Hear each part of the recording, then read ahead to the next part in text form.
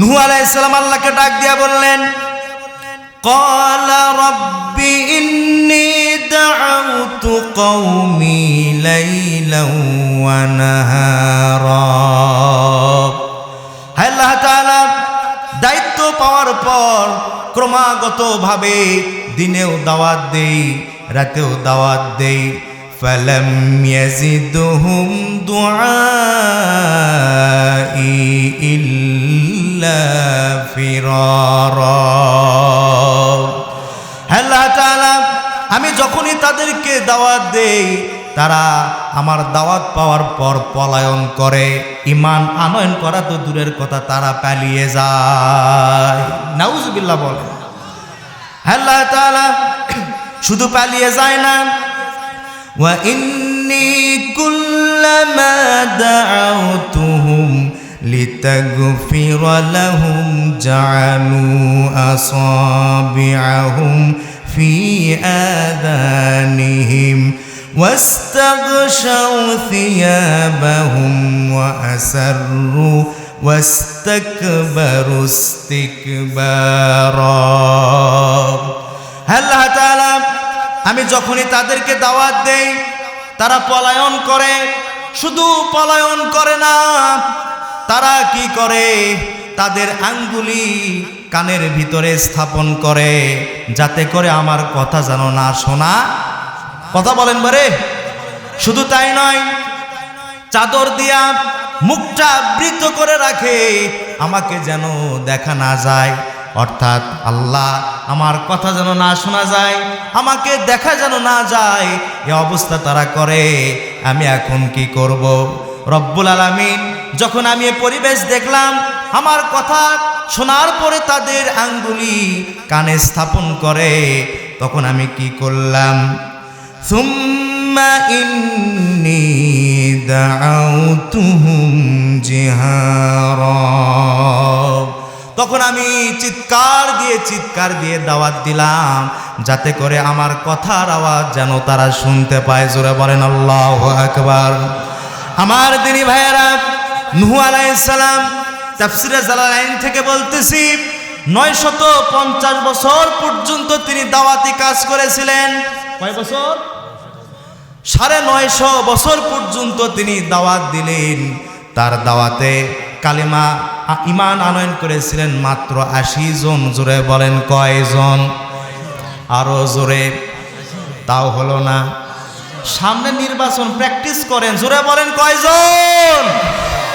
মাত্র 80 জন লোক কালিমা পড়ে মুসলমান হয়েছিল 950 বছর দাওয়াতি কাজ করার পর। পর্দার আড়ালে আমার সম্মানিতা মা বোনেরা যারা আছেন, একটু মনোযোগ দিয়ে দেন। কোরআন শুধু পুরুষদের জন্য নয়, কোরআন আপনাদের জন্য। কথা বলেন ঠিক কিনা? আমার ভাইয়েরা, নূহ আলাইহিস সালামের 950 বছরের দাওয়াতে ঈমান আনয়ন করেছিলেন কয়জন? এই 80 জনের মধ্যে 40 জন পুরুষ আর 40 জন মহিলা। জোরে বলেন মারহাবা। আরো জোরে বলেন মারহাবা। এই 80 জন ঈমান আনয়ন করলেন, আর কেউ ঈমান আনয়ন করে নাই। নূহ আলাইহিস সালাম তিনি ধৈর্যহারা হয়ে আল্লাহর কাছে ফরিয়াদ করলেন, রব্বুল আলামিন, মাত্র 80 জন কালিমা পরে ঈমান এনেছে, আর তো কেউ ঈমান আনে না। আমি তাদেরকে ঈমানের দাওয়াত দেই, পলায়ন করে। ঈমানের দাওয়াত দেই, তাবলীগ করি, কানের ভিতরে আঙ্গুলি স্থাপন করে, নিজের চেহারা পর্যন্ত চাদর দিয়ে আবৃত করে। আল্লাহ, আমার এই জাতিকে আপনি ধ্বংস করে দিন।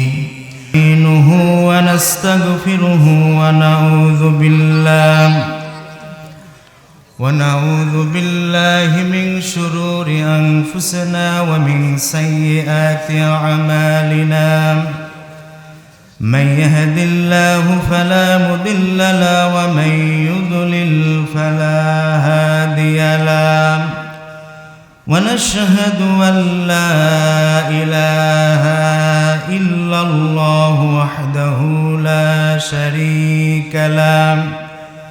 ونشهد أن سيدنا وحبيبنا ومولانا محمدا عبده ورسوله الذي أرسله بالحق بشيرا ونذيرا وداعيا إلى الله بإذنه وسراجا منيرا فقد قال الله تعالى في كلامه المجيد وفرقانه الحميد أعوذ بالله من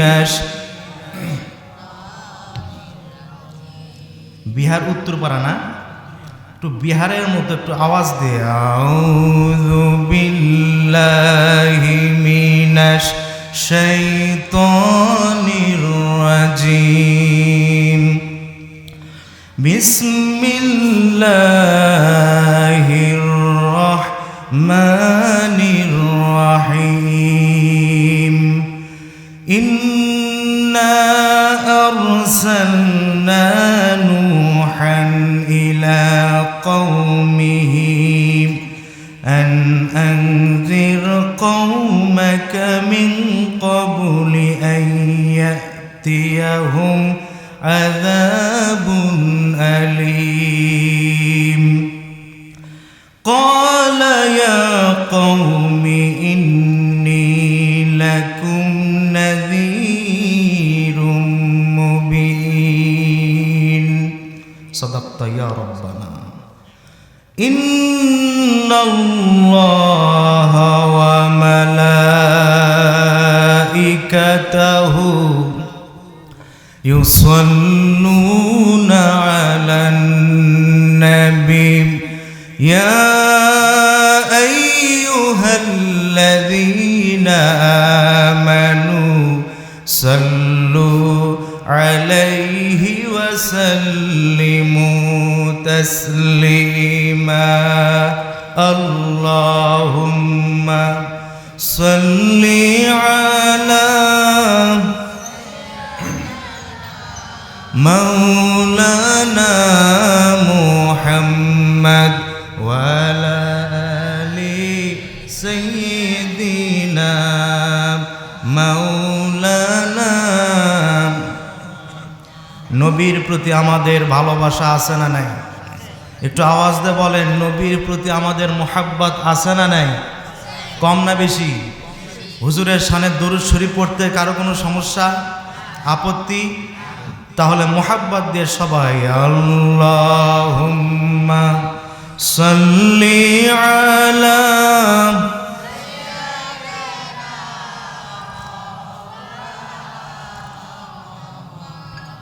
ওয়ালা আলি সাইয়্যিদিনা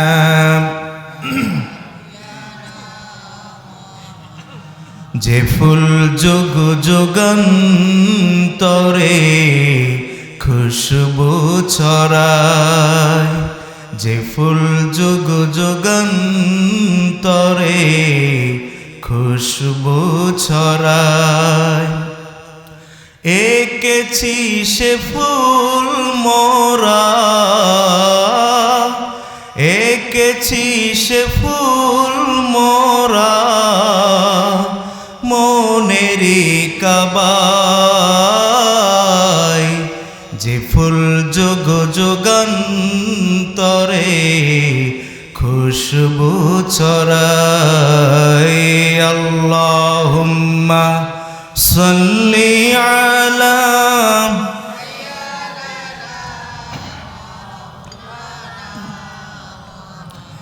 ওয়ালা আলি সাইয়্যিদিনা মাওলানা।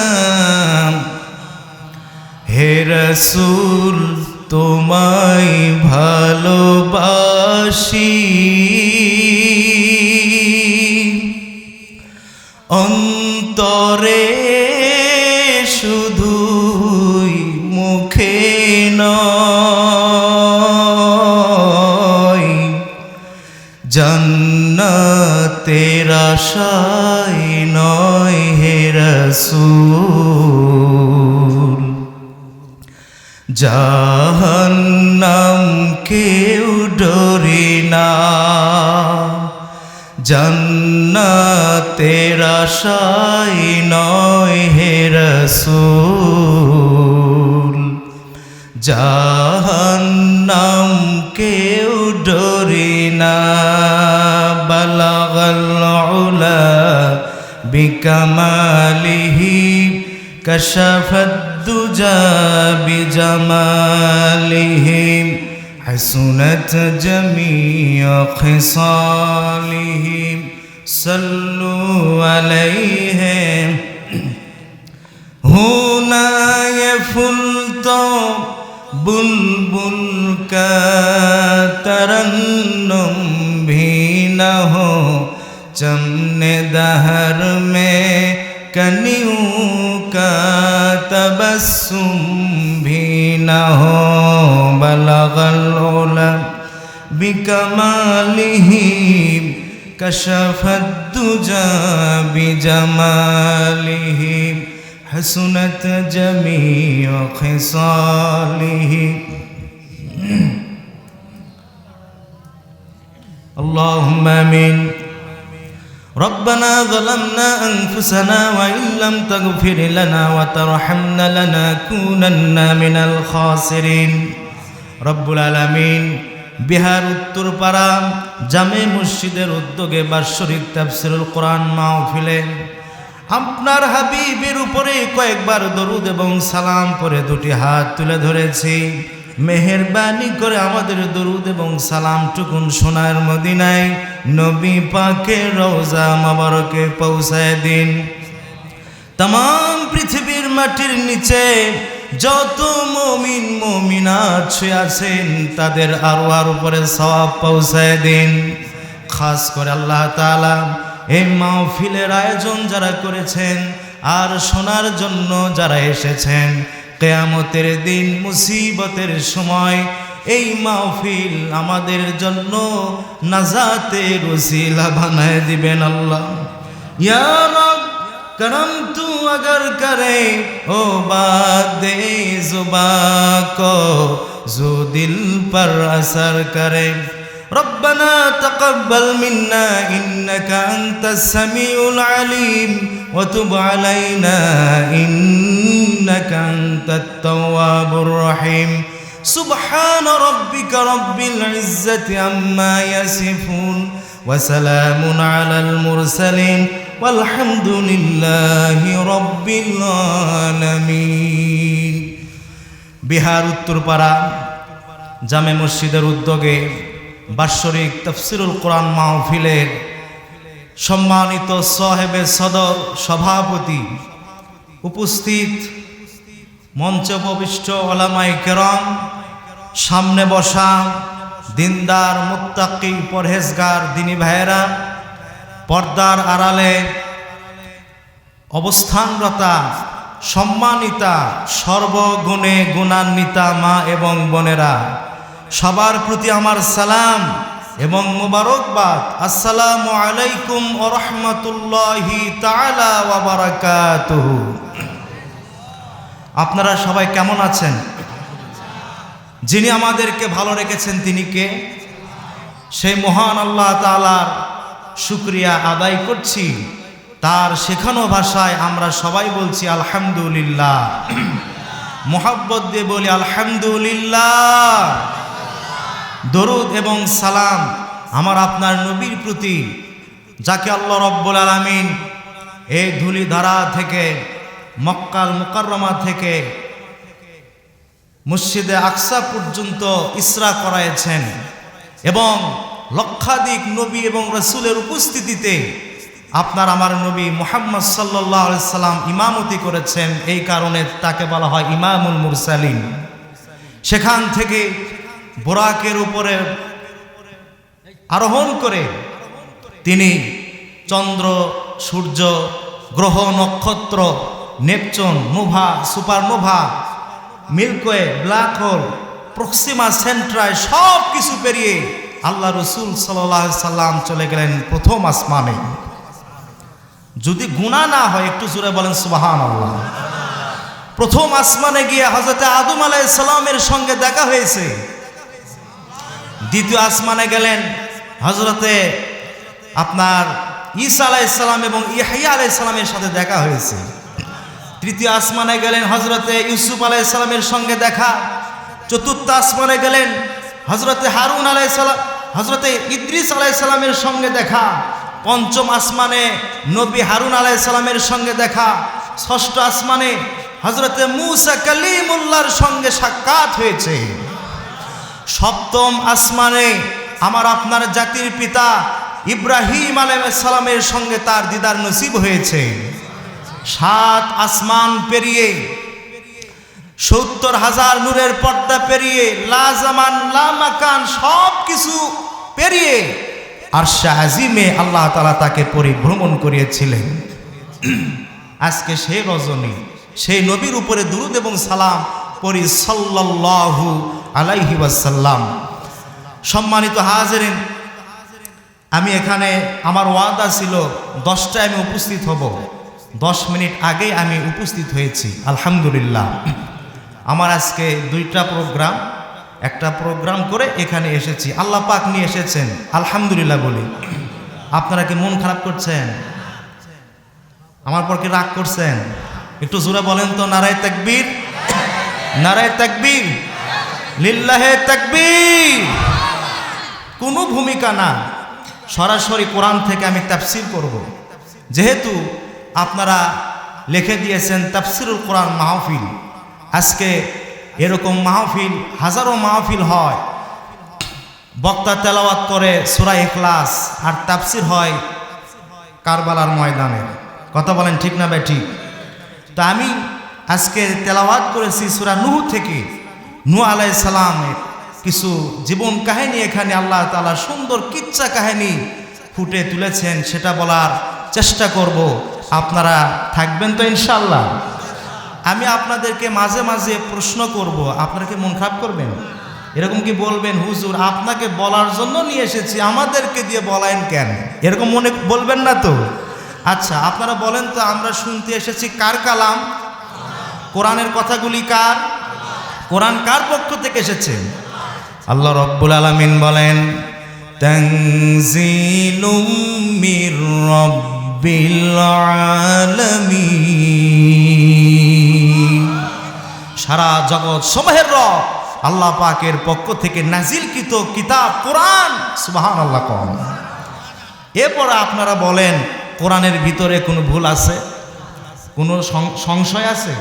সন্দেহ আছে? কোনো সন্দেহ নাই। There is no doubt. আল্লাহ পাক বলছেন, যালিকাল কিতাবু লা রাইবা ফি হুদাল লিল মুত্তাকিন। চিৎকার দিয়ে বলেন আল্লাহু আকবার। কোরআন এমন একটা কিতাব, যেই কিতাবের ভিতরে দেয়ার ইজ নো ডাউট, কোনো সংশয় নাই, কোনো সন্দেহ নাই, নির্ভেজাল কিতাব আল কোরআন। সুবহানাল্লাহ। এই কোরআন শুনলে ফায়দাটা কি, লাভ কি? আমরা তো বাঙালি, লাভ নাই যেখানে আমরা নাই, লাভ আছে যেখানে বাঙালি আছে। কথা বলেন ঠিক না ব্যাঠি? তো কোরআন শুনলে লাভটা কি জানার দরকার আছে না নাই? এটা কি আমি বলবো না আল্লাহ বলে দিয়েছে? মহান আল্লাহ রাব্বুল আলামিন বলেন, কোরআন শুনলে কি লাভ হবে শোনান। وَإِذَا تُلِيَتْ عَلَيْهِمْ آيَاتُهُ زَادَتْهُمْ إِيمَانًا وَعَلَى رَبِّهِمْ يَتَوَكَّلُونَ।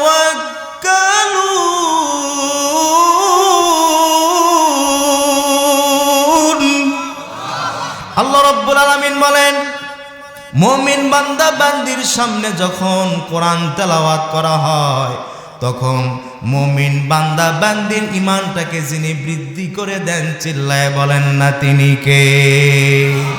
আল্লাহ তাআলা বান্দা বান্দির ঈমানটাকে বৃদ্ধি করে দেন কোরআন শুনলে। সুবহানাল্লাহ। সেই কোরআন শোনার জন্যই তো আমরা এখানে এসেছি, ঠিক কিনা বলেন? আমার দিনী ভাইয়েরা, আজকে সমাজের কিছু বাস্তব চিত্র কথা বলি, মন খারাপ করবেন? এ কথা কিন্তু বাইরে যাই বলবেন না, এখানেই বলতেছি, এখানেই শেষ। কথা বলেন ঠিক কিনা? কিরকম পরিবেশ দেখেন। বিবাহর বাড়িতে একটা আমাদের মুসলমানদের ঘরে কি একটা সাংস্কৃতিক চলে আসলো।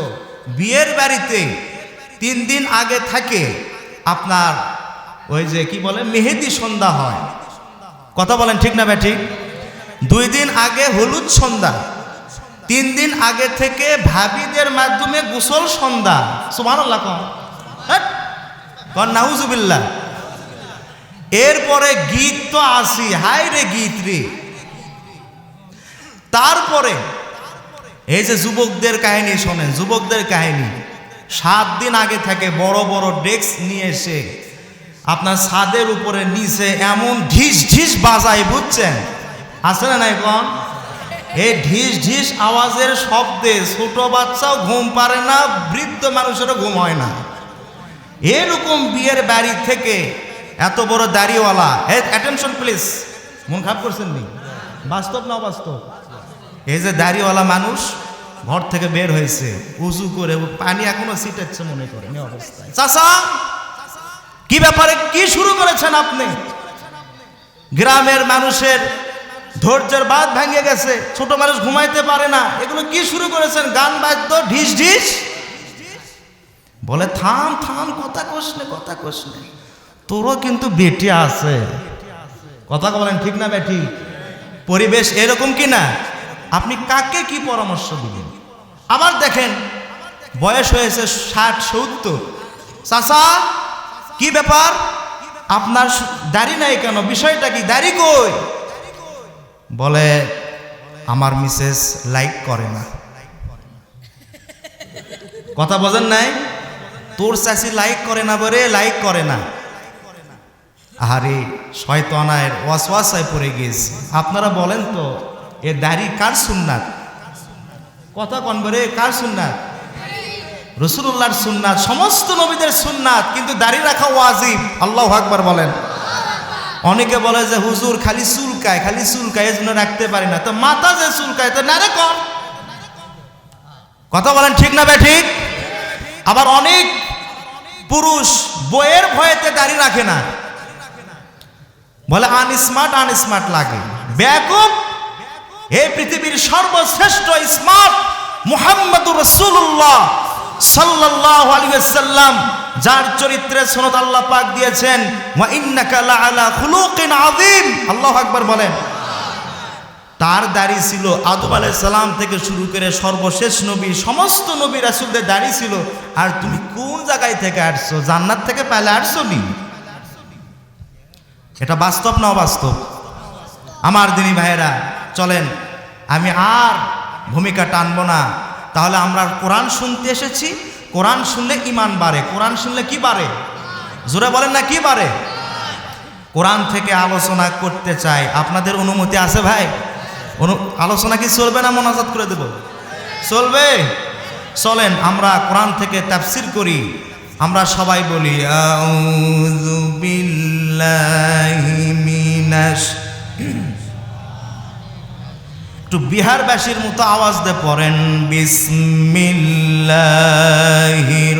রহমানির রহিম। ইন্না আরসালনা নূহান ইলা কওমিহি আন আনযির কওমাকা মিন ক্বাবলি আন ইয়াতিয়াহুম আযাবুন আলীম।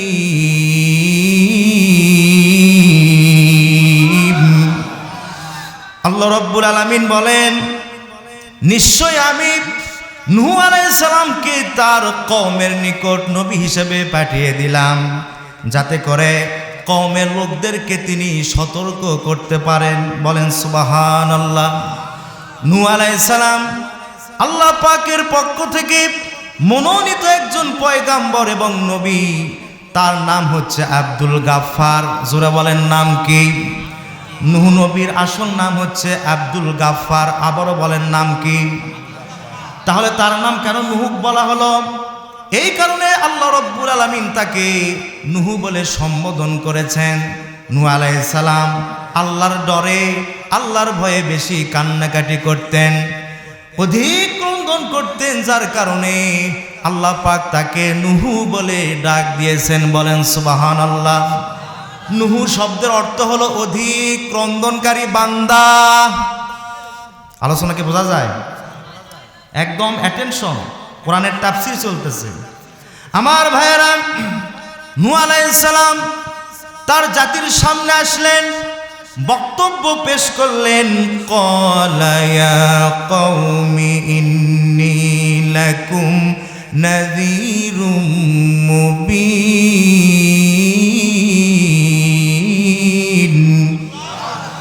নূহ আলাইহিস সালাম জাতির সামনে এসে বক্তব্য দিলেন, ও আমার জাতি, ও আমার সম্প্রদায়, শোনো, আমি আল্লাহর পক্ষ থেকে নবী হিসেবে প্রেরিত হয়েছি। আমি তোমাদেরকে সতর্ক করতেছি, আনিবুদুল্লাহা ওয়াত্তাকুহু ওয়া আতিউন। জোরে বলেন আল্লাহু আকবার। আমি যেভাবে আপনাদের সামনে ওয়াজ করতেছি, নূহ আলাইহিস সালাম তার জাতির সামনে এই ওয়াজটা করতেছেন। আল্লাহু আকবার বলেন। সেই ওয়াজ আল্লাহর এত পছন্দ হলো, আল্লাহ কোরআনুল কারিমে কোট করে দিলেন। একটু আওয়াজ দিয়ে বলেন তো সুবহানাল্লাহ। নূহ আলাইহিস সালাম জাতিকে বললেন, আনিবুদুল্লাহ, আল্লাহর ইবাদত করো। তোমরা তো মূর্তি পূজা করো, মুশরিক অবস্থায় আছো। এগুলি বাদ দিয়া আনিবুদুল্লাহ, ইবাদত করো কার? পিছন থেকে বলেন কার? ওয়াত্তাকু, ভয় করো কাকে? এই কথাটা বলছেন কে? নূহ আলাইহিস সালাম। কে বলছেন? কাদেরকে বলছেন? জাতিদেরকে। কাদেরকে? ওয়াজ বোঝা লাগবে। নূহ আলাইহিস সালাম জাতিকে বললেন, আল্লাহর ইবাদত করো, ওয়াত্তাকুহু, আল্লাহকে ভয় করো, ওয়া আতিউন, এবং আল্লাহর আনুগত্য করো। জোরে বলেন আল্লাহু আকবার। যদি আল্লাহর গোলামি করো, আল্লাহ তাআলাকে যদি ভয় করো, আল্লাহর আনুগত্য করো, তাহলে কি হবে? ইয়াগফির লাকুম মিন যুনুবিকুম ওয়া ইউআখিরুকুম ইলা আজালিম মুসাম্মা। আল্লাহ রাব্বুল আলামিন তোমাদের গুনাহ রাশি মাফ করে দিবেন। একটু আওয়াজ দিয়ে বলেন তো সুবহানাল্লাহ। আল্লাহর গোলামি করলে, আল্লাহকে ভয় করলে, আল্লাহর আনুগত্য করলে, ইয়াগফির লাকুম, আল্লাহ পাক তোমাদের গুনাহ রাশি মাফ করে দিবেন। ওয়াজ করতেছে কে? নূহ আলাইহিস সালাম। আর কাদের সামনে ওয়াজ করতেছেন? তার জাতির সামনে। আল্লাহু আকবার বলেন। নূহ আলাইহিস সালামকে আল্লাহ তাআলা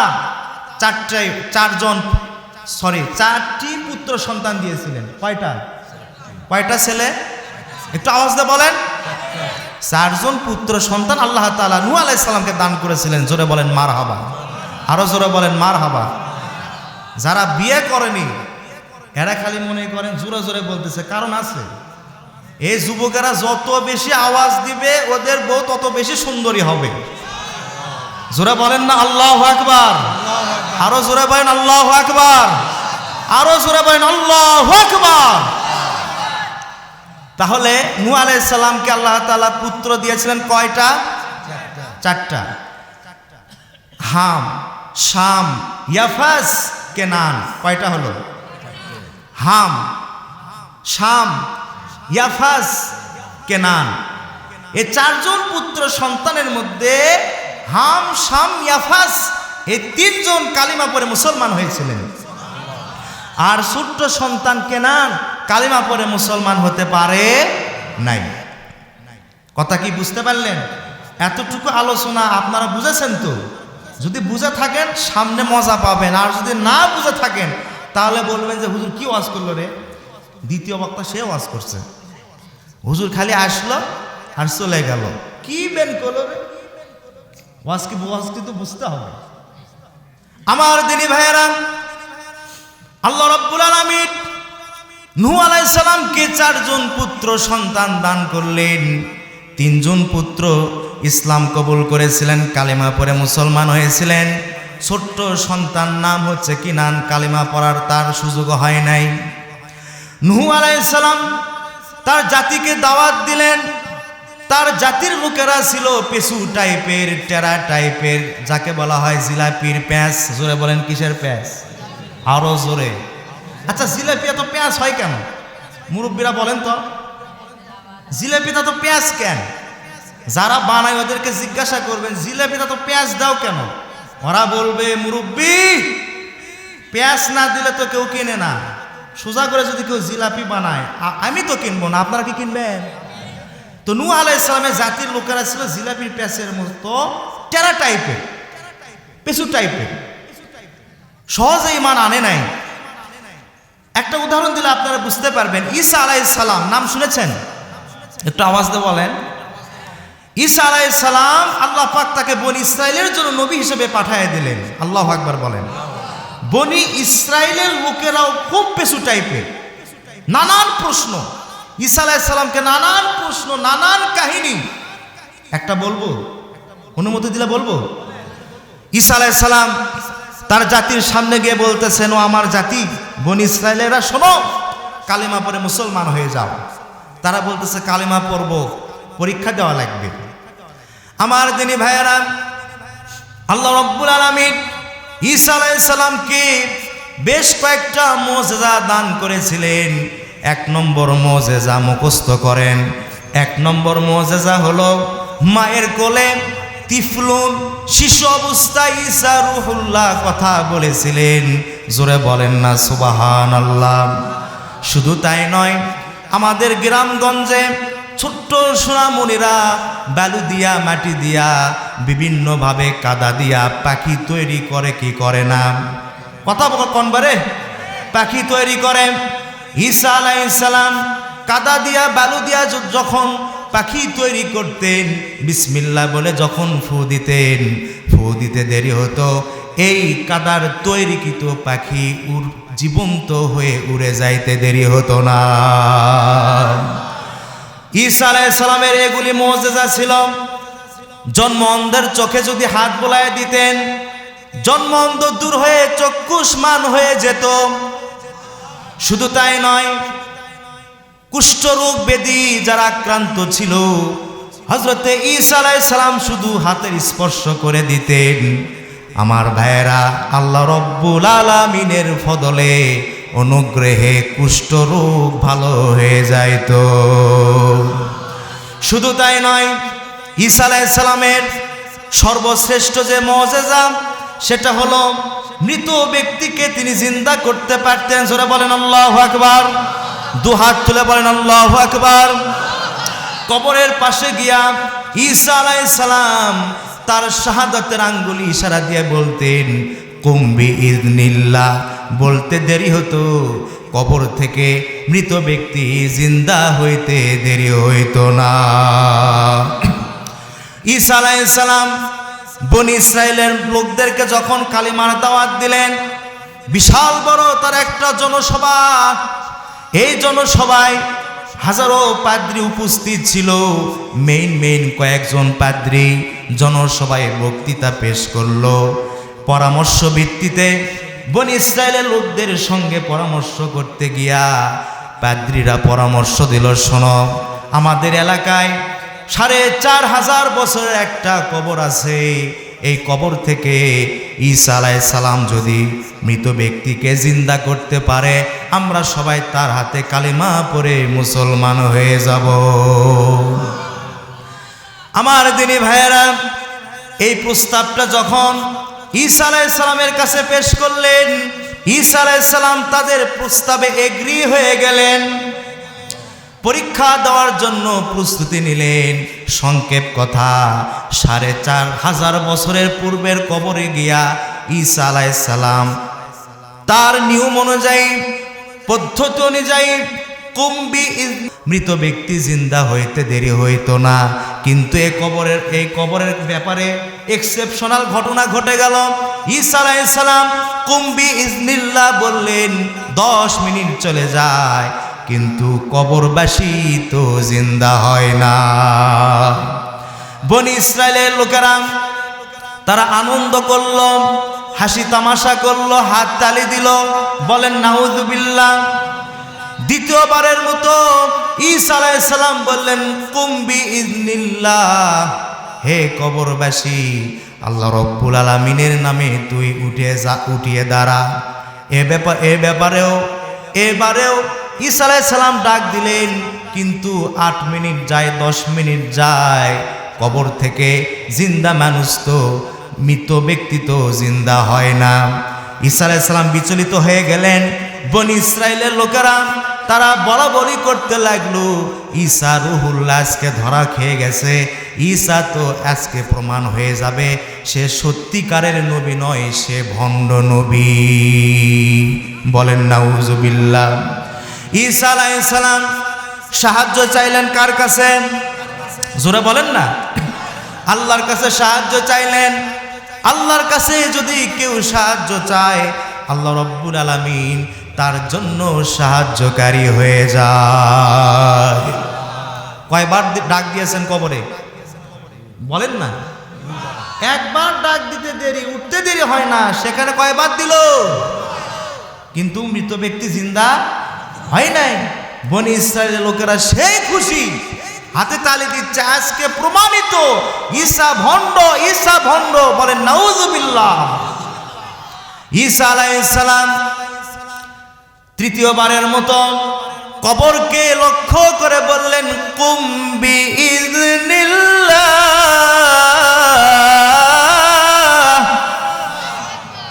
তৃতীয়বারের মতো ডাক দিলেন। 10 মিনিট চলে যায়, কবর থেকে মৃত ব্যক্তি তো জিন্দা হয় না। বনি ইসরায়েলের পাদ্রীরা বলল যে ঈসা, বুঝতে পেরেছি আপনার মুজিজা আজকে তো আর কাজে লাগবে না, কারণ আপনি তো একজন ভণ্ড নবী। বলেন নাউজুবিল্লাহ।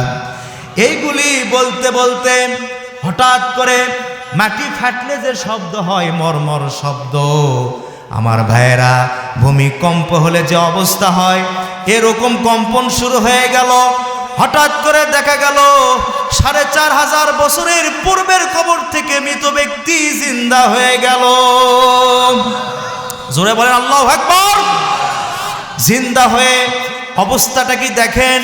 জিন্দা হওয়ার সঙ্গে সঙ্গে এই মৃত ব্যক্তি ঈসা আলাইহিস সালামকে সালাম দিলেন, আসসালামু আলাইকা ইয়া ঈসা রূহুল্লাহ। ঈসা আলাইহিস সালাম সালামের জবাব দিলেন।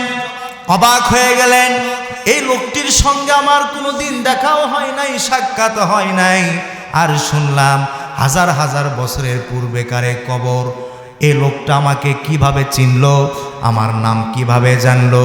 আমার দিনী ভাইয়েরা, ঈসা আলাইহিস সালাম এই ব্যক্তিকে ডাক দিয়া বললেন, ওহে আল্লাহর বান্দা, তোমার পরিচয় কি আমাকে বলো, তোমার পরিচয় কি আমাকে বলো, আমার জানতে হবে। এই মৃত ব্যক্তি থেকে জিন্দা ব্যক্তি হওয়া আল্লাহর বান্দা ঈসা আলাইহিস সালামকে সম্মানের সহিত বললেন, হে আল্লাহর নবী ঈসা, আমার নাম হলো শাম, আমার পিতার নাম হচ্ছে নুহু। ওয়াস লাইনে আছে না বে লাইনে আছে? আপনারা বলেন তো, নূহ আলাইহিস সালামের পুত্র কয়টা? হাম, শাম। লাইনে আছে তো? তাহলে এই কবরের এই মৃত ব্যক্তিটাকে শাম। জোরে বলেন, মৃত ব্যক্তিটাকে? আমার নাম শাম, আমার পিতার নাম নূহ, তিনিও একজন আল্লাহর নবী ছিলেন। আমার পিতা আমাকে বলেছিলেন, হে শাম, তুমি মৃত্যুবরণ করার পর হাজার হাজার বছর পর তোমাকে আবারও কবর থেকে জিন্দা হওয়া লাগবে, আর ঈসা আলাইহিস সালামের হাতের ইশারায় তুমি জিন্দা হবা। জিন্দা হওয়ার সঙ্গে সঙ্গে আমি নূহ আমার পক্ষ থেকে ঈসা আলাইহিস সালামকে তুমি সালাম জানাবা। জোরে বলেন না আল্লাহু আকবার? আরো জোরে বলেন আল্লাহু আকবার। আমার ভাইয়েরা, এখানে আরো অনেক কাহিনী আছে, সেদিকে আমি যাব না। ওই দিকে গেলে মূল আলোচনা আমি হারিয়ে ফেলবো। আলোচনা চলবে না বন্ধ? ভালো লাগতেছে না খারাপ লাগতেছে? বন্ধ না চলবে? আমার ভাইয়েরা, ঈসা আলাইহিস সালাম বললেন, শাম, বুঝলাম তুমি নূহের পুত্র, তোমার নাম শাম। আমি তোমাকে 3টা প্রশ্ন করতে চাই। জোরে বলেন, কয়টা প্রশ্ন? এই তিনটা প্রশ্নের জবাব তোমাকে দিতে হবে। 1 নম্বর প্রশ্ন, শাম, আমি কোনো কবরে গিয়া একবার যদি বলি কুম বিইজনিল্লাহ, সঙ্গে সঙ্গে মৃত ব্যক্তি জিন্দা হয়ে যায়। তোমার বেলায় ব্যতিক্রম ঘটনা ঘটে গেছে। একবার নয়, 2 বার নয়, 3 বার তোমাকে ডাক দিলাম, তারপরে তুমি জিন্দা হলা। বিষয়টা কি? কি কারণে তোমার দেরি হলো? এর উত্তর দিতে হবে। জোরে বলেন না আল্লাহু আকবার। 2 নম্বর প্রশ্ন, এখানে একটা তথ্য আছে, মনোযোগ দেন মুরব্বী, মনোযোগ দেন। এই তথ্যটা তাফসিরে কাবিরে আপনি পাবেন, ইবনে কাসিরেও আছে, জালালাইনেও আছে। আমার ভাইয়েরা, 2 নম্বর প্রশ্ন হলো, হে শাম, আদম আলাইহিস সালাম থেকে শুরু করে ইব্রাহিম আলাইহিস সালাম পর্যন্ত কোনো মানুষের মাথার চুল, দাড়ির চুল পাকে নাই, সাদাও হয় নাই। মানুষের চুল পাকা শুরু হয়েছে, সাদা হওয়া শুরু হয়েছে ইব্রাহিম আলাইহিস সালামের পর থেকে। সুবহানাল্লাহ কোন? নতুন তথ্য না পুরাতন তথ্য? জানতেন আগে? আল্লাহু আকবার বলেন। এই জন্যই তাফসির মাহফিলের আয়োজন করা লাগে। নতুন নতুন তথ্য যদি পেতে চান, তাফসির মাহফিলের আয়োজন করবেন। সুবহানাল্লাহ। হে শাম, ইব্রাহিম আলাইহিস সালামের পূর্বে কোনো মানুষের চুল পাকা ছিল না, সাদা ছিল না, কিন্তু তোমার চুল সাদা কেন? তোমার চুল পাকা কেন? এর অ্যান্সার দিতে হবে। তার আগে কবরে শোয়ার কোনো সুযোগ। কয়টা প্রশ্ন হলো? 3 নম্বর প্রশ্ন, রে শাম, আমি লক্ষ্য করছি কবর থেকে তুমি যখনই জিন্দা হয়েছো এই পর্যন্ত তুমি কাঁপতেছো। মানুষ শীতের কারণে যেভাবে কাঁপে, শাম তার চাইতেও বেশি ভাবে তিনি কাঁপতেছিলেন। ঈসা আলাইহিস সালাম বললেন, শাম, তুমি এত কাঁপতেছো কেন? বিষয়টা কি? কাঁপার কারণ কি? আমাকে বলো। যতক্ষণ পর্যন্ত এই 3টা প্রশ্নের জবাব না দিবা, ততক্ষণ পর্যন্ত কবরে শোয়ার তোমার কোনো সুযোগ থাকবে না। কয়টা প্রশ্ন? 1, কবর থেকে উঠতে দেরি হলো কেন? মুখস্থ করেন। 1, কবর থেকে উঠতে। 2, চুলগুলো পাকলো কেন, সাদা হলো কেন? 3, তুমি এত কাঁপতেছো কেন? কয়টা প্রশ্ন হলো? এই 3টা প্রশ্নের অ্যান্সার জানার দরকার আছে না নাই? আওয়াজ দিয়ে বলেন, জানার দরকার আছে না নাই? শুনবেন কারা কারা? 2 হাত তুলে আল্লাহকে দেখায় দেন। লিল্লাহে তাকবীর, লিল্লাহে তাকবীর। আল কোরআনের আলো, আল হাদিসের আলো। কোরআন হাদিস যেখানে, আলিম ওলামা যেখানে, সুদ ঘুষ যেখানে, ঠিক তো? হ্যাঁ, আল্লাহু আকবার, আল্লাহু আকবার। কয়টা প্রশ্ন? 3টা প্রশ্ন। এখন আসেন, নূহ আলাইহিস সালাম কয়টা পুত্র? ঈমান আনছিল কয়জন? আর একজন ঈমান। চলেন এখন আলোচনায় যাই। আমার দিনী ভাইয়ারা, নূহ আলাইহিস সালাম জাতিকে ডাক দিয়া বললেন, আল্লাহর ইবাদত করো, আল্লাহকে ভয় করো। ওঠে কারাবার, ওঠে কারাবার, প্রশ্ন শুনবা না? বসো। এইগুলি যদি তোমরা করো, ইয়াগফির লাকুম, আল্লাহ পাক তোমাদেরকে ক্ষমা করে দিবেন, আল্লাহ পাক তোমাদেরকে মাফ করবেন। চিৎকার দিয়ে বলেন সুবহানাল্লাহ। আল্লাহ পাক বললেন, নূহ, আমি তোমাকে যে দায়িত্ব দিয়েছি দায়িত্ব পালন করো। দায়িত্বটা কি? কওমের কাছে যাও, লোকেদের কাছে যাও, দাওয়াত পৌঁছায় দাও। ঈমান কে আনবে না আনবে সেটা আমি দেখব। নূহ আলাইহিস সালাম আল্লাহকে ডাক দিয়া বললেন, ক্বালা রাব্বি ইন্নী দাআউতু কওমি লাইলান ওয়া নাহারা। আল্লাহ তাআলা দায়িত্ব পাওয়ার পর ক্রমাগতভাবে দিনেও দাওয়াত দেই, রাতেও দাওয়াত দেই। ফালাম ইয়াজিদহুম দুআই ইল্লা ফিরারা। আল্লাহ তাআলা, আমি যখনই তাদেরকে দাওয়াত দেই তারা আমার দাওয়াত পাওয়ার পর পলায়ন করে, ঈমান আনয়ন করা তো দূরের কথা, তারা পালিয়ে যায়। নাউজুবিল্লাহ বলে।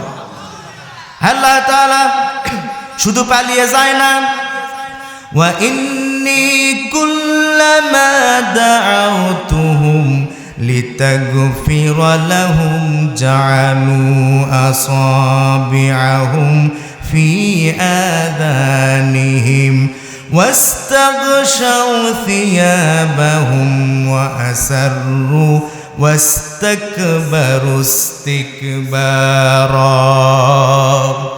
আল্লাহ তাআলা আমি যখনই তাদেরকে দাওয়াত দেই তারা পলায়ন করে, শুধু পলায়ন করে না, তারা কি করে, তাদের আঙ্গুলি কানের ভিতরে স্থাপন করে যাতে করে আমার কথা যেন না শোনা। কথা বলেন বারে।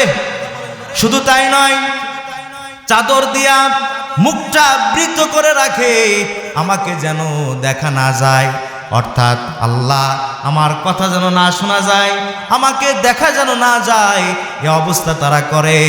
আমি এখন কি করব? রব্বুল আলামিন যখন আমি এ পরিবেশ দেখলাম, আমার কথা শোনার পরে তাদের আঙ্গুলি কানে স্থাপন করে, তখন আমি কি করলাম? সুম্মা ইন্নী দাআউতুহুম জিহারা, তখন আমি চিৎকার দিয়ে দাওয়াত দিলাম যাতে করে আমার কথার আওয়াজ যেন তারা শুনতে পায়। জোরে বলেন আল্লাহু আকবার। আমার দিনী ভাইয়েরা, নূহ আলাইহিস সালাম তাফসীরে জালালাইন থেকে বলতেছি 950 বছর পর্যন্ত তিনি দাওয়াতি কাজ করেছিলেন। কয় বছর? 950 বছর পর্যন্ত তিনি দাওয়াত দিলেন। তার দাওয়াতে কালিমা ঈমান আনয়ন করেছিলেন মাত্র 80 জন। জোরে বলেন কয়জন? আরো জোরে। তাও হলো না। সামনে নির্বাচন, প্র্যাকটিস করেন। জোরে বলেন কয়জন? মাত্র 80 জন লোক কালিমা পড়ে মুসলমান হয়েছিল 950 বছর দাওয়াতি কাজ করার পর।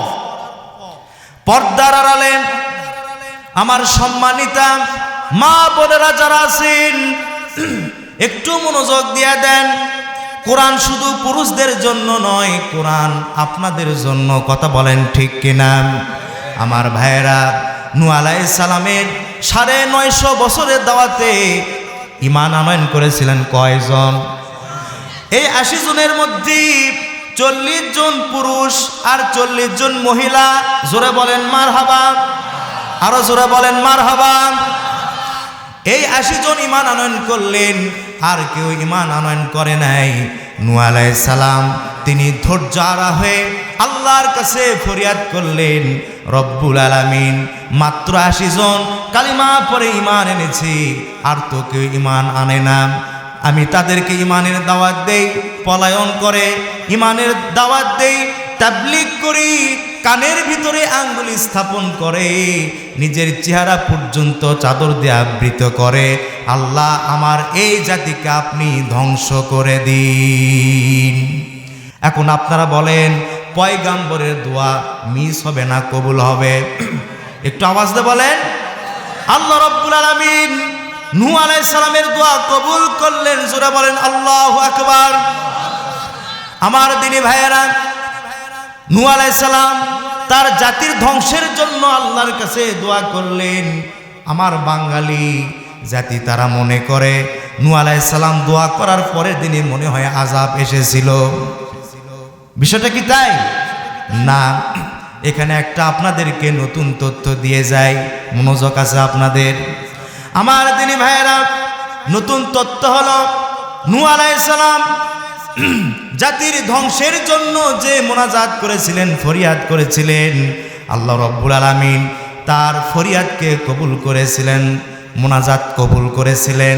এই কবুল করেছিলেন, কিন্তু আযাব এসেছিল 20 বছর পর। কয় বছর পর? হুজুর ঠিক আছে তো? কয় বছর পর? 20 বছর পর আযাব আল্লাহ পাক পাঠিয়ে দিয়েছিলেন। এখন প্রশ্ন হলো, এই 20 বছর পর কেন আযাব দিল? মোনাজাত করলেন, সঙ্গে সঙ্গে কেন দিলেন না? 20 বছর পর কেন আযাব দিল জানার দরকার আছে না নাই? শুনবেন আপনারা, এই পয়েন্টটা মনে রাখবেন। 5 মিনিটের পরে 20 বছর পর কেন আযাব আসলে এটা আমি ভেঙে দেব। তারপরে স্টেজ থেকে নামবো, রাত থাক না হলে যাক, আমিও আছি, আপনারাও আছেন তো ইনশাল্লাহ? কারা কারা থাকবেন তো হাত তুলে আল্লাহকে দেখায় দেন, লিল্লাহে তাকবীর। আল্লাহ কবুল করুন, আমরা বলি আমিন। নূহ আলাইহিস সালামের মোনাজাত কবুল, সুবহানাল্লাহ কোন। আল্লাহ রাব্বুল আলামিন বললেন, হে আমার নূহ, তুমি কি করো? বিশাল বড় একটা কিস্তি তৈরি করো, নৌকা তৈরি করো। নৌকা চেনেন? কথা কোন, নৌকা চেনেন? বিশাল বড় একটা নৌকা তৈরি করো।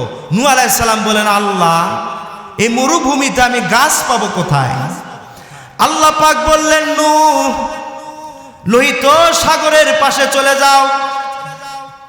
লোহিত সাগরের পাশে আদম আলাইহিস সালাম একটা গাছ রোপণ করেছিলেন, বিশাল বড় হয়ে গেছে। ওই গাছ কেটে তক্তা বানায়া নৌকা তৈরি করো। নূহ আলাইহিস সালাম চলে গেলেন লোহিত সাগরের পাশে। সাগরের পাশে গিয়ে দেখে বিশাল বড় একটা গাছ। আল্লাহু আকবার বলেন। নূহ আলাইহিস সালাম এই গাছটাকে ধরার জন্য চেষ্টা করলেন। নূহ আলাইহিস সালাম দেখলেন, নূহ আলাইহিস সালামের মতো 10 জন নূহ যদি এইভাবে ধরে তাহলে ওই গাছটা ধরা সম্ভব হবে। নূহ আলাইহিস সালামের উচ্চতা ছিল 56 হাত লম্বা। একটু জোরে বলেন না আল্লাহু আকবার। এই তথ্যগুলি একটু মনে রাখবেন, প্রয়োজনে নোট করেন। নূহ আলাইহিস সালামের উচ্চতা ছিল 56 হাত লম্বা। জোরে বলেন কয় হাত? 56 হাত লম্বা। আর তার 2 হাত ছিল 40 হাতের সমান। স্বাভাবিকভাবে বোঝেন, উদাহরণ দিচ্ছি, আমার 2 পাশে এই যে ইমাম সাহেব আছেন, একজন আলেম মানুষ, ওনার উচ্চতা হচ্ছে 3.5 হাত। কথা বলেন ঠিক কিনা? আর ওনার হাত হচ্ছে 2 হাত। জোরে বলেন কয় হাত? বুঝতে পারলেন তো? নূহ আলাইহিস সালাম ছিলেন কয় হাত লম্বা? 56 হাত লম্বার মানুষ, তার হাত ছিল 40 হাতের সমান। নূহ আলাইহিস সালাম আল্লাহকে বললেন, আল্লাহ আমার মতো 10 জন নূহ যদি এই গাছটাকে জড়িয়ে ধরে তবে জড়িয়ে ধরতে পারবে। এবার আপনারা বলেন, গাছটা চিকন না মোটা? আরো জোরে বলেন। বিশাল মোটা গাছ। নূহ আলাইহিস সালাম আল্লাহকে ডাক দিলেন, আল্লাহ আমি এই গাছটা কিভাবে কাটবো? আমার তো কাটার কোনো যন্ত্রপাতিও নাই, অস্ত্র নাই, কিছুও নাই। আল্লাহ পাক বললেন, নূহ চিন্তা করার দরকার নাই, তুমি একটু চিৎকার দিয়ে এই লোকটাকে ডাকো। নূহ আলাইহিস সালাম বলেন, কোন লোক? আল্লাহ পাক বললেন, উসকে তুমি ডাকো। নূহ আলাইহিস সালাম আল্লাহ পাকের নির্দেশ পাওয়ার পরে চিৎকার দিয়া বলতেছেন, উস উস। উস একজন মহামানবের নাম। সুবহানাল্লাহ। উস নূহ আলাইহিস সালামের ডাক শুনে সামনে চলে আসলেন। আল্লাহু আকবার, আল্লাহু আকবার। নূহ আলাইহিস সালাম উসকে দেখে চিন্তিত হয়ে গেলেন, এই কি মহামানব। যাই হোক, ডিটেলস আমি কথা বলবো না, সামনের দিকে এগিয়ে যাই। মূল পয়েন্টগুলো, শুধু মূল কথাগুলো আমি বলার চেষ্টা করতেছি। আপনাদের কি সমস্যা হচ্ছে? আলোচনা কি বোঝা যায়? আমার দিনী ভাইয়েরা, নূহ আলাইহিস সালাম বললেন, রে উস, এই গাছ তোমাকে কাটিয়ে দিতে হবে, তক্তা বানায় দিতে হবে। উস বললেন, আমি পারবো না। নূহ আলাইহিস সালাম বললেন, আল্লাহ পাক নির্দেশ দিয়েছেন তোমাকে কাটতে হবে। উস বলতেছে, আল্লাহ যখন বলেছেন আমি অবশ্যই কাটবো, কিন্তু আমার একটা শর্ত আছে। বলে কি শর্ত? আমাকে একবেলা নাস্তা খাবার দেওয়া লাগবে। জোরে বলেন কি? লাস্তা বলে লাস্তা। এই যে আপনার এই এলাকায় গেছিলাম, নামজার ওই দিকে, হ্যাঁ, বলে যে হুজুরক লাস্তা দিছ বাহে, হুজুরক লাস্তা দিছ। আমার ভাইয়েরা, উস বলতেছে আমাকে একবেলা নাস্তা খাওয়াতে হবে। নূহ আলাইহিস সালাম বললেন, আমি এগ্রি, আমি তোমাকে নাস্তা খাওয়াবো। মারহাবা কম।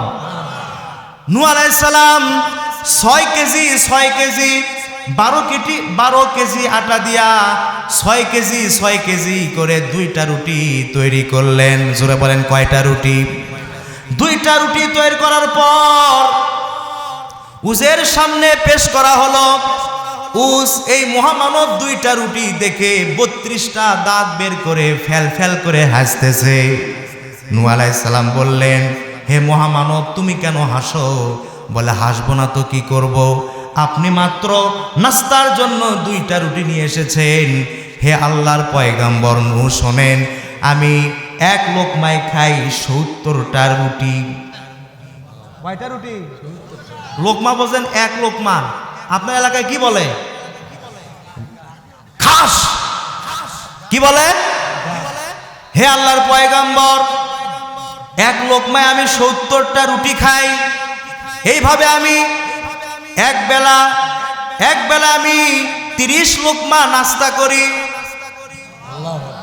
আমার দিনী ভাইয়েরা, 30 গুণন 70 আপনারা ইকুয়াল কি হয় বাড়িতে গিয়ে হিসাব করবেন।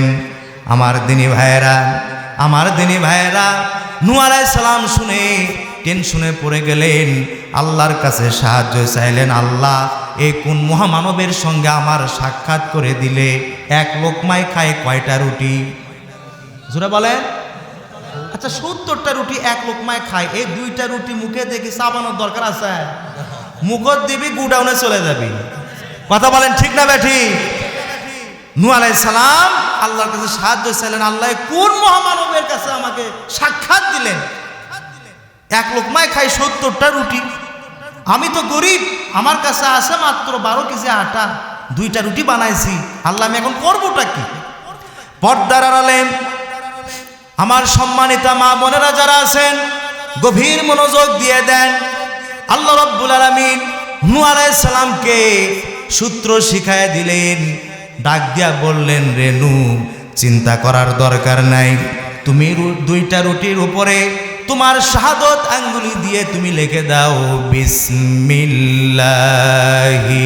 রহমানির রহিম। এর নিচে লেখো, লা ইলাহা ইল্লাল্লাহু মুহাম্মাদুর রাসূলুল্লাহ। জিকির লা ইলাহা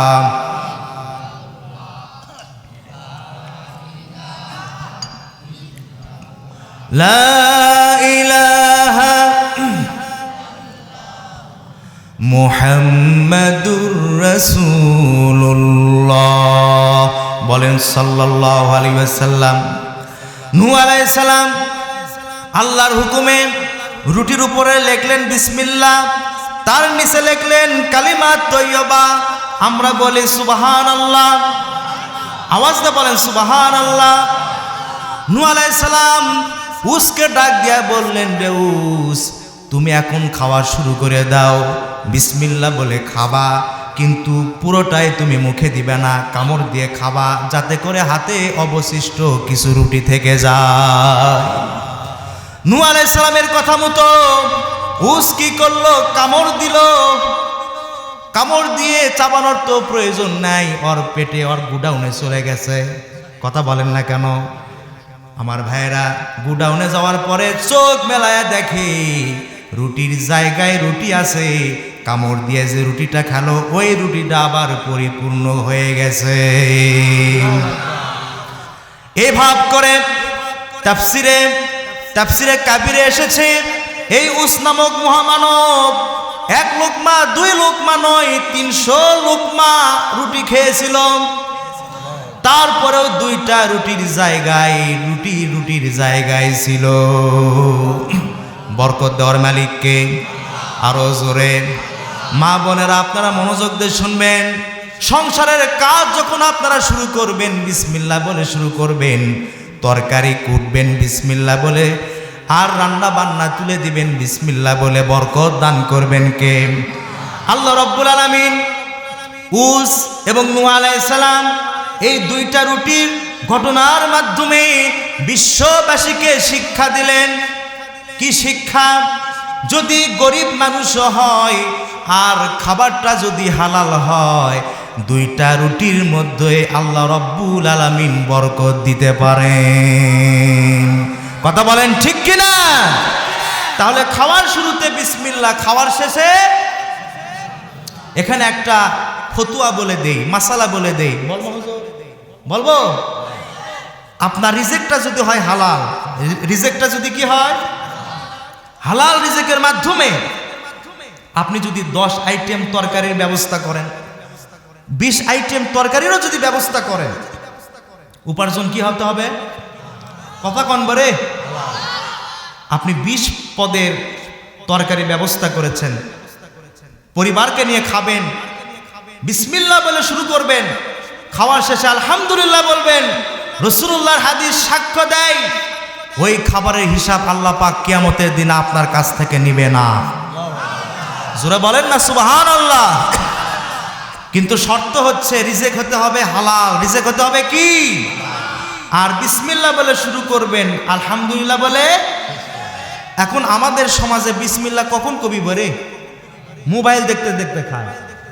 কি মিথ্যা কথা বললাম? কথা কয় না কে? এ যুবকেরা সত্য না মিথ্যা?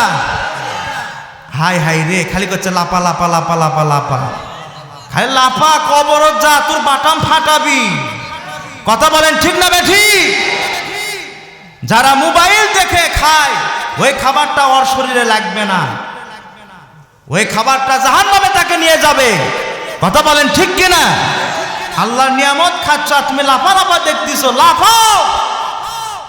আবার কিছু যুবক আছে ভাই, এ বা তোরা মন খারাপ করিস না রে বা, কম এই যে মোবাইল লিছে লিয়া খালি করছে মার মার মার মার মার মার মার মার মার মার মার। আছে না নাই? জোরে বলেন আছে না নাই? রিফাত কই? রিফাত, আমি মিশা কথা করছি, এগুলো আছে না নাই? আমার ভাইয়েরা, বিসমিল্লাহ বলে এই রুটির কাহিনী চলে গেল।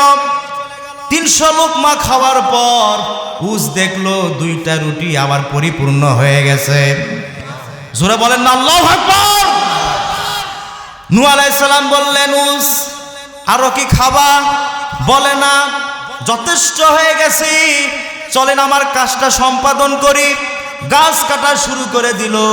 গাছ কাটার পর নূহ আলাইহিস সালাম বললেন, এই গাছ থেকে তুমি তক্তা তৈরি করো, তক্তা বানাও। উসের গাছ কাটার জন্য কোনো যন্ত্রের প্রয়োজন হয় নাই, তার আঙ্গুলের এই যে নখ আছে, এই নখ দিয়ে কিন্তু গাছটা কেটেছিল। আমার দিনী ভাইয়েরা, বেশি ডিটেলস বলবো না, বিস্তারিত বলার দরকার নাই।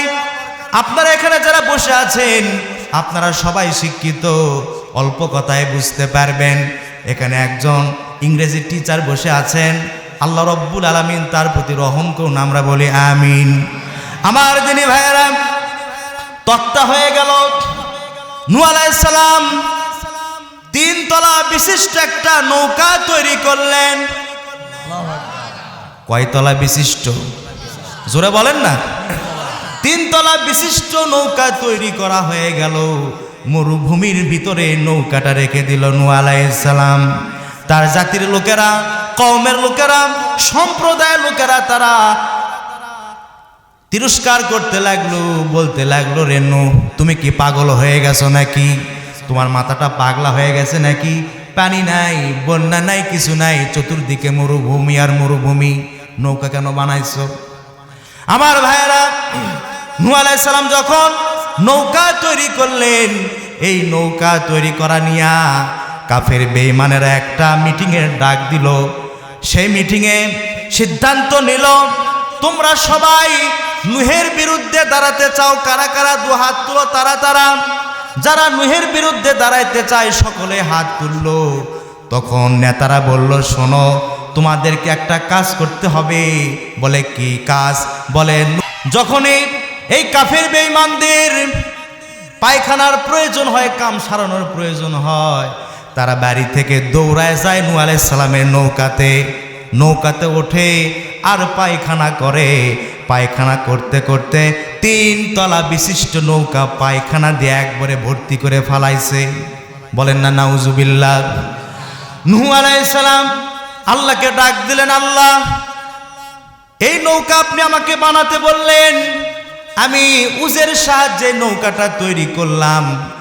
আল্লাহ তাআলা আমার এই জাতি এতই নাফরমান, এতই বেয়াদব প্রকৃতির, তারা এই নৌকা 3 তলা বিশিষ্ট নৌকা পায়খানা দিয়া পরিপূর্ণ করে ফেলাইছে। আল্লাহ গো, কিভাবে আমি এগুলি দেখতে আমি সহ্য করতে পারি? তারা আমাকে নিয়ে তিরস্কার করে, ক্রিটিসাইজ করে। আল্লাহ রাব্বুল আলামিন বললেন, রে নূহ, তারা এখন তোমাকে নিয়ে এবং আমি আল্লাহ আমাকে নিয়ে উপহাস করতেছে। ওয়েট অ্যান্ড সি, অপেক্ষা করো, দেখতে পাবা কিছু দিনের মধ্যে আমি আল্লাহ এবং তুমি নূহ তোমার ইমানদার 80 জন বান্দা বান্দিকে নিয়ে আমরা উপহাস করব তাদেরকে নিয়ে। ওয়া মাকারু ওয়া মাকারাল্লাহ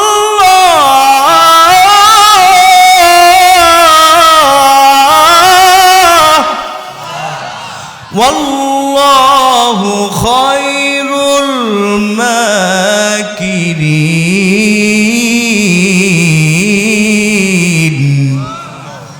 সর্বোত্তম কৌশলী কে? জোরে বলেন না কে? আল্লাহ রাব্বুল আলামিন বললেন, নূহ চিন্তা করো না, কিছুদিনের মধ্যে আমরা তাদেরকে নিয়ে উপহাস করব। জোরে বলেন না আল্লাহু আকবার। আল্লাহ রাব্বুল আলামিন নূহ আলাইহিস সালামের পুরা জাতির ভিতরে একটা রোগ দিয়া দিলেন, কুষ্ঠ রোগ। জোরে বলেন কি রোগ? আরো জোরে। এই কুষ্ঠ রোগ দিয়ে দিলেন।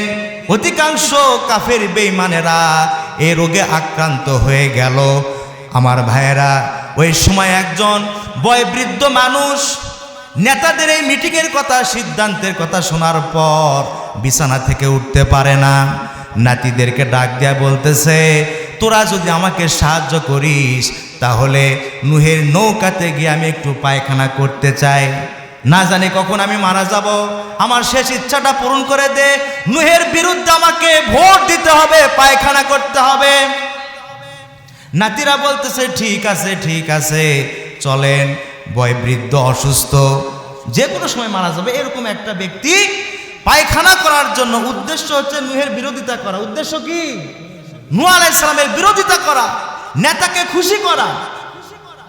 আমার দিনী ভাইয়েরা, নৌকা তো পরিপূর্ণ পায়খানা দিয়া, যখনই পা দিয়াছে পিছলে একবারে গুডাউনে চলে গেছে, একবারে হেড অফিসে পড়ে গেছে। কথা বোঝেন? হেড অফিসে যখন পড়ে গেছে, তাফসীরের ভিতরে এসেছে এই বয়োবৃদ্ধ মানুষ একবার নয়, দুইবার নয়, 3 ঢোক পায়খানা খেয়েছে। আমার ভাইয়েরা, নাতিরা যেভাবে হোক, যে কলা কৌশলে হোক, নৌকা থেকে উঠায়া বাড়িতে নিয়ে গিয়া পানি দিয়া তাকে যখন পরিষ্কার করে দিয়েছে, নাতিরা অবাক হয়ে গেছে।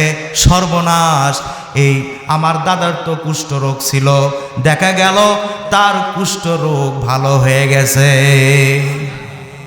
বাড়িতে মহিলার দৃশ্য দেখে সর্বনাশ, আমার শ্বশুর অসুস্থ ব্যক্তি, হায় হায়, পায়খানার মধ্যে পড়ে সুস্থ হয়ে গেছে। মেয়েদের একটা কিউরিসিটি আছে, বলবো, মেয়েরা কোনো একটা জিনিস যদি জানবে পারে, কখন কবি কথা বল না কেন? মা বোনেরা আছে নাকি? মা বোনেরা আছে? হায় হায় রে, মা বোনেরা বলতেছে, কোন বক্তা নিয়ে আসলো রে, হামাকের বিরুদ্ধে কথা কয়। হায় হায় হায়, মা বোনদেরকে যদি বলেন যে খবরদারে কথা বলবেন না, কেউ যেন না জানে, আর 5 সেকেন্ড যাবে না, পরের বাড়ি যায় কবি যে, বু শুনছুর অমুকের ছেলে অমুকের মেয়ে। কথা বলেন ঠিক না ঠিক? আমার দিনী ভাইয়েরা, শ্বশুরের অবস্থা দেখে পুত্রবধূ বাড়ির পাশের বাড়িতে গিয়া বলতেছে, শুনছো, আমার শ্বশুর পায়খানা করার জন্য গিয়েছিল, নৌকাতে ভিতরে পড়ে গিয়েছে, কয়েক ঢোক পায়খানা খাইছে, রোগ ভালো হয়ে গেছে।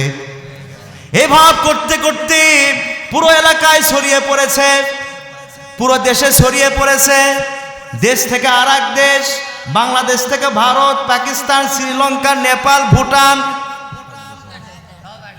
আমার ভাইয়েরা, আল্লাহ পাক বললেন নূহ চিন্তা করো না, চিন্তা করো না, যারা পায়খানা করেছে তাদের মাধ্যমে আমি পায়খানা পরিষ্কার করে নিব। এই খবরটা সারা এলাকায় ভাইরাল হয়ে গেছে। জোরে বলেন কি হয়ে গেছে? যখন ভাইরাল হয়ে গেছে তখন যারা পায়খানা করেছিল, যার বাড়িতে যা আছে, আপনার বালতি বলেন, তারপরে পাতিল বলেন, যার যা পাত্র আছে, দৌড়ায় গিয়েছে কি আনার জন্য? কোন ভরে কি আনার জন্য? আহা, এমন অবস্থা হয়ে গেছে, 3 তলার পায়খানা যারা পায়খানা করেছিল তারা পরিষ্কার করে ফেললো। এখন আফগানিস্তান, পাকিস্তান, নেপাল, শ্রীলঙ্কা, আশেপাশে বিভিন্ন দেশ থেকে মানুষেরা আসছে পায়খানা নেওয়ার জন্য। কি নেওয়ার জন্য? বা তারা এসে দেখে পায়খানা নেয় পরিষ্কার। তারা একে অপরকে বলতেছে, দূর দেশ থেকে যখন এসেছি খালি হাতে যাওয়ার চাইতে পানি দিয়া পরিষ্কার করে যদি নেই তাহলে কেমনটা হয়? বলে ঠিক তাই করা হোক। পানি দিয়া পরিষ্কার করে সেই পানি বালতি ভরে তারা দেশে বিদেশে নিয়ে চলে গেল। জোরে বলেন না মারহাবা, আরো জোরে বলেন না মারহাবা। তাফসীরের ভিতরে এসেছে এই নৌকা একবার নয়, 2 বার নয়, 3 বার আল্লাহ রব্বুল আলামিন ওদের মাধ্যমে পরিষ্কার করাইছেন, পানি দিয়ে ধৌত করাইছেন। ওয়াল্লাহু খায়রুল মাকিরিন।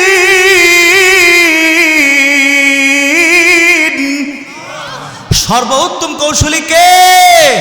জোরে বলেন কে? নূহ। এখন তুমি ওদেরকে নিয়ে উপহাস করো। আল্লাহু আকবার বলেন, আরো জোরে বলেন আল্লাহু আকবার। পয়েন্ট কি মনে আছে? 20 বছর পর কেন আযাব আসলো মনে আছে পয়েন্ট? আর ওইদিকে কয়টা প্রশ্ন? ঈসা আলাইহিস সালামের কয়টা প্রশ্ন? হ্যাঁ, মনে রাখবেন কিন্তু।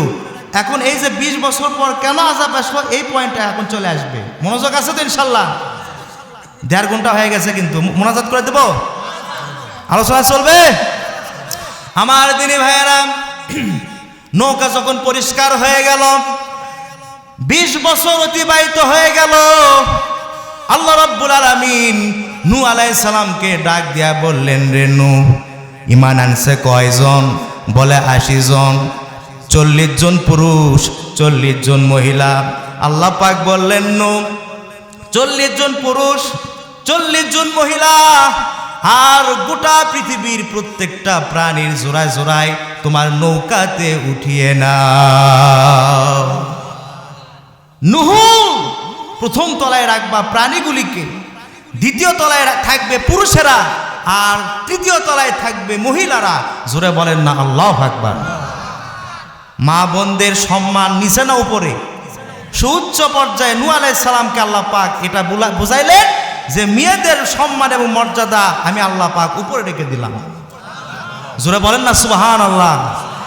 ইয়ং স্টার তোমরা যারা আছো, খবরদার মায়ের সঙ্গে বেয়াদবি করবা না, মার সঙ্গে বেয়াদবি করবা না। এই পৃথিবীতে যদি সম্মান পেতে চাও, যদি ইজ্জত চাও, যদি রিজিক চাও, হায়াত যদি বৃদ্ধি করতে চাও, মা বাবার খেদমত করো, মা বাবার সঙ্গে ভালো আচরণ করো। আল্লাহ রাব্বুল আলামিন ইজ্জত বাড়ায় দিবেন, আল্লাহ রাব্বুল আলামিন রিজিক বাড়ায় দিবেন, আল্লাহ রাব্বুল আলামিন হায়াতে তাইয়্যিবা দান করবেন। আমার ভাইয়েরা, নূহ আলাইহিস সালাম আল্লাহ পাকের নির্দেশে নিচতলায় কারা? মুখস্থ করেন, নিচতলায় কারা? সমস্ত প্রাণী জোড়ায় জোড়ায়। দ্বিতীয় তলায় কারা? হামরাই বলে, হামরাই, হামরা বগরর সোল, আমরা অর্থাৎ পুরুষেরা। আর তৃতীয় তলায় আছে মহিলারা। জোরে বলেন মারহাবা, আরো জোরে বলেন মারহাবা। ব্যাস, সবাই যখন নৌকাতে আপনার উঠল, নূহ আলাইহিস সালাম আল্লাহ পাককে বলেন, আল্লাহ আমি তো উঠাইলাম, এখন কি হবে? আল্লাহ পাক বললেন, এখনই আযাব আসবে। নূহ আলাইহিস সালাম বলেন, আল্লাহ তাআলা 20 বছর আগে আপনার কাছে আমি ধ্বংসের জন্য ফরিয়াদ করেছিলাম, আপনাদের মনে আছে তো? রব্বুল আলামিন 20 বছর পর কেন আপনি আযাব দিলেন? অ্যাটেনশন প্লিজ, মা বোনেরা আপনারাও শোনেন। নূহ আলাইহিস সালাম যখন আল্লাহকে বলেন, আল্লাহ 20 বছর পর কেন আযাব? আল্লাহ রব্বুল আলামিন নূহকে ডাক দিয়া বললেন, নূহ শোনো, তুমি যে সময় আমার কাছে মোনাজাত করেছিলে ওই সময় এই পৃথিবীতে অসংখ্য বনি আদম সন্তানে পৃথিবীতে জন্মগ্রহণ করেছিল। তারা শিশু ছিল, মাসুম, বেগুনাহ, তাদের কোনো অপরাধ নাই। আমি আল্লাহ আমার কাফিয়াত হলো যার অপরাধ নাই তাকে আমি শাস্তি দিতে পারি না। হে নূহ, তাদেরকে আমি সুযোগ দিলাম, দীর্ঘ 20 বছর পর্যন্ত আমি সুযোগ দিয়েছি। এখন তারা বালেগ হয়ে গেছে, প্রাপ্ত বয়স হয়ে গেছে। তারপরে আমি দেখলাম সুযোগ দেওয়ার পরেও তারা যখন কালিমা পড়ে মুসলমান হয় নাই। আমার দিনী ভাইয়েরা, এই জন্য নূহ সুযোগ দেওয়ার কারণে 20 বছর পর আমি আযাব দিলাম। এখানে আরেকটা তথ্য বলে যাই, নূহ আলাইহিস সালাম যখন মোনাজাত করলেন, শুনতেছেন, এটাও কিন্তু একদম আপডেট তথ্য। নূহ আলাইহিস সালাম যখন আল্লাহ রাব্বুল আলামিনের কাছে মোনাজাত করলেন, মোনাজাত কবুল হয়ে গেল। মোনাজাত শেষ হওয়ার পর এই পৃথিবীতে কোনো বনি আদম সন্তান জন্মগ্রহণ করে নাই। জোরে বলেন আল্লাহু আকবার। 20 বছর পর্যন্ত মানুষের জন্ম একদম বন্ধ ছিল, স্টপ ছিল। কয় বছর? জোরে বলেন। তাহলে এই পৃথিবীতে 20 বছরে কোনো আদম সন্তানের জন্ম হয় নাই। কয় বছর? পিছনে সাইডে, এটা মনে রাখবেন, 20 বছরে কোনো আদম সন্তান, কোনো মানুষের জন্ম হয় নাই। একদম মানব সন্তান স্টপ ছিল, জন্ম হওয়া একদম বন্ধ ছিল। মা বোনেরা আপনারাও এই তথ্যটা মনে রাখবেন, নোট করে রাখবেন। এইগুলি তথ্যের জন্য তাফসীর মাহফিল। কথা বলেন ঠিক না বেটি? আমার দিনী ভাইয়েরা, সামনে আরেকটু তথ্য আছে, আপডেট আছে, সামনে এগিয়ে যাব। আমার ভাইয়েরা, আল্লাহ রাব্বুল আলামিন নূহ আলাইহিস সালামকে ডাক দিয়া বললেন, নূহ প্রস্তুতি গ্রহণ করো, এখন বন্যা, আসমান থেকে পানি বর্ষণ হতে থাকবে। তাফসিরে কাবির, তাফসিরে ইবনে কাসির, তাফসিরে জালালাইন সহ 8টা তাফসির আমার পড়াশোনা, গবেষণা। আমার ভাইয়েরা, নূহ আলাইহিস সালাম 40 দিন যাবৎ একাধারে আসমান থেকে বৃষ্টি বর্ষণ হয়েছিল। কয়দিন? 40 দিন যাবৎ একাধারে বৃষ্টি হয়েছিল। আল্লাহু আকবার বলেন, আরো জোরে বলেন আল্লাহু আকবার। 40 দিন বৃষ্টি, গোটা পৃথিবী প্লাবিত হয়ে গেছে, বন্যা হয়ে গেছে। আল্লাহু আকবার বলেন। আমার ভাইয়েরা, নূহ আলাইহিস সালাম নৌকার ভিতরে 80 জন ইমানদার বান্দীদেরকে নিয়ে তিনি একটা মিটিং করলেন, ঘরোয়া একটা বৈঠক করলেন নৌকার ভিতরে। আল্লাহর পক্ষ থেকে যা বলতে বলা হয়েছে তিনি তার উম্মতদেরকে বলে দিলেন, ইমানদার বান্দা বান্দীদেরকে বলে দিলেন। 1 নম্বর, এই নৌকার ভিতরে তোমরা সর্ব অবস্থায় আল্লাহর জিকির আজগার করবা, আল্লাহর ইবাদত বন্দেগীতে মাশগুল থাকবা। খবরদার, খবরদার, কেউ তোমরা অপবিত্র হবা না। তোমরা কেউ অপবিত্র হবা না। যদি অনুমতি দেন তাহলে আমি একটু প্রকাশ্যে বলতে চাই, ওপেন সিক্রেট বলবো। অর্থাৎ তোমরা যারা স্বামী স্ত্রী আছো, খবরদার তোমরা দৈহিক মিলামেশা করবা না, তোমরা অপবিত্র হবা না। এই বলে মেয়েরা চলে গেল 3য় তলায়, পুরুষেরা 2য় তলায়। জোরে বলেন মারহাবা, আরো জোরে বলেন মারহাবা। কয়দিন যাবৎ বৃষ্টি? মুখস্থ করেন, কয়দিন? 40 দিন যাবৎ বৃষ্টি, গোটা পৃথিবী প্লাবিত হয়ে গেছে। আমার ভাইয়েরা, নূহ আলাইহিস সালামের এই বন্যা ছিল 6 মাস। জোরে বলেন কয় মাস? হুজুর, তাফসিরে জালালাইনে সুন্দরভাবে লেখা আছে, নূহ আলাইহিস সালামের এই বন্যা ছিল গোটা পৃথিবীতে 6 মাস। জোরে বলেন কয় মাস? আরো জোরে। অন্যান্য তাফসিরে 40 দিন, আবার আরেকটা তাফসিরে দেখলাম 150 দিন। 40 দিন হোক, 150 দিন হোক, 6 মাস হোক, যাই হোক, গোটা পৃথিবী প্লাবিত। জোরে বলেন না আল্লাহু আকবার। নূহ আলাইহিস সালামের কয়টা পুত্র সন্তান? কথা কন বরে, আলোচনা শেষ করে দিই। ঈমান এনেছিলেন কয়জন? হাম, শাম, ইয়াফাস।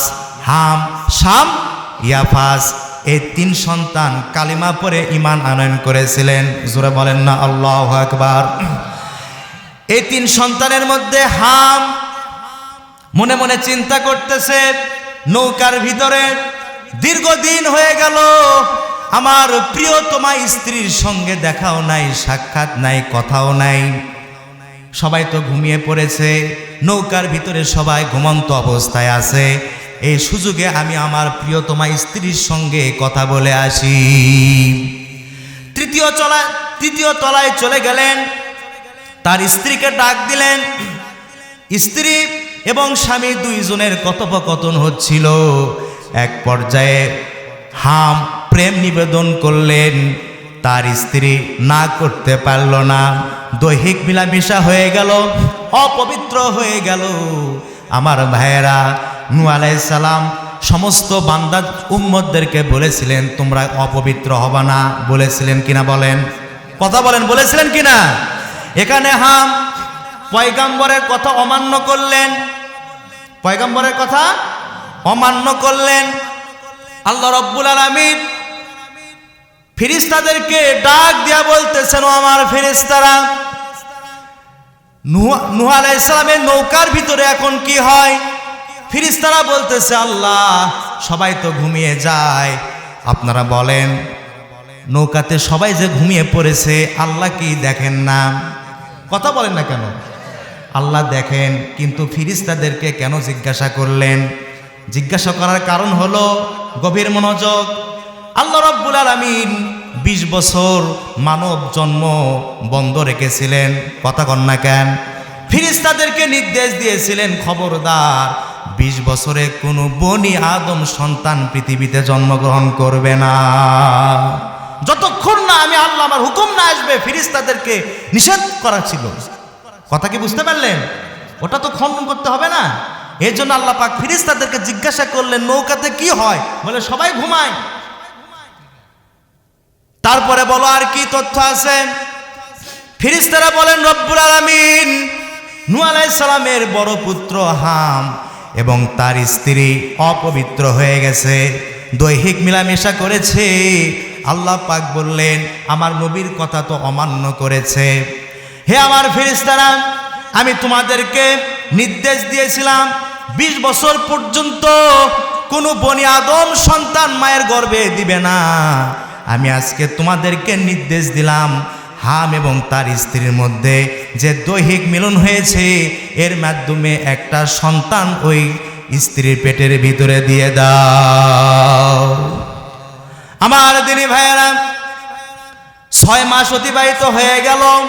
জোরে বলেন কয় মাস? আরো জোরে। 6 মাস অতিবাহিত হয়ে গেছে। নূহ আলাইহিস সালামের চোখে ধরা পড়ে গেছে, অর্থাৎ পেটটা বড় হয়ে গেছে। সন্তান পেটে আসলে পেটটা বড় হয়ে যায়। নূহ আলাইহিস সালাম বলতেছেন, মা কি ব্যাপার? সংক্ষেপে বললাম। বলে আপনার ছেলে প্রেম নিবেদন করেছিলেন, আমি না বলতে পারি নাই। আব্বাজান আমাকে ক্ষমা করে দিবেন, আপনার সন্তানকেও আপনি ক্ষমা করে দেন। আপনি যদি আমাদেরকে ক্ষমা না করেন তাহলে আমরা ধ্বংস হয়ে যাব। নূহ আলাইহিস সালাম বললেন, আমি তোমাদেরকে মাফ করে দিলাম, ক্ষমা চাও আল্লাহর কাছে। ক্ষমা চাইতে হবে কার কাছে? আল্লাহর কাছে। হাম এবং তার স্ত্রী ক্ষমা চাইলেন। নূহ আলাইহিস সালাম বললেন, রব আমার সন্তান এবং পুত্রবধূকে আপনি ক্ষমা করে দিন। আল্লাহ পাক বললেন, নূহ তুমি যখন ক্ষমা করে দিয়েছো আমিও তাদেরকে ক্ষমা করে দিলাম, কিন্তু তুমি একজন পয়গাম্বর, তোমার কথা অমান্য করেছে, এর চিহ্ন আমি পৃথিবীতে রাখতে চাই। নবীর কথা অমান্য করলে কি শাস্তি হবে, এই চিহ্নটা আমি পৃথিবীতে রাখতে চাই। নূহ আলাইহিস সালাম বললেন, সেটা কিভাবে? গভীর মনোযোগ দেন, মা বোনেরা যারা আছেন গভীর মনোযোগ দেন। আল্লাহ পাক বললেন, নূহ তোমার ছেলে হাম এবং তোমার পুত্রের মাধ্যমে তোমার পুত্রবধূর পেটে যে সন্তান আমি আল্লাহ রাব্বুল আলামিন দিয়েছি, এই সন্তানটা হলো পুত্র সন্তান, কিন্তু এই সন্তানের বর্ণ হবে একবারে আলকাতরা মার্কা কালো।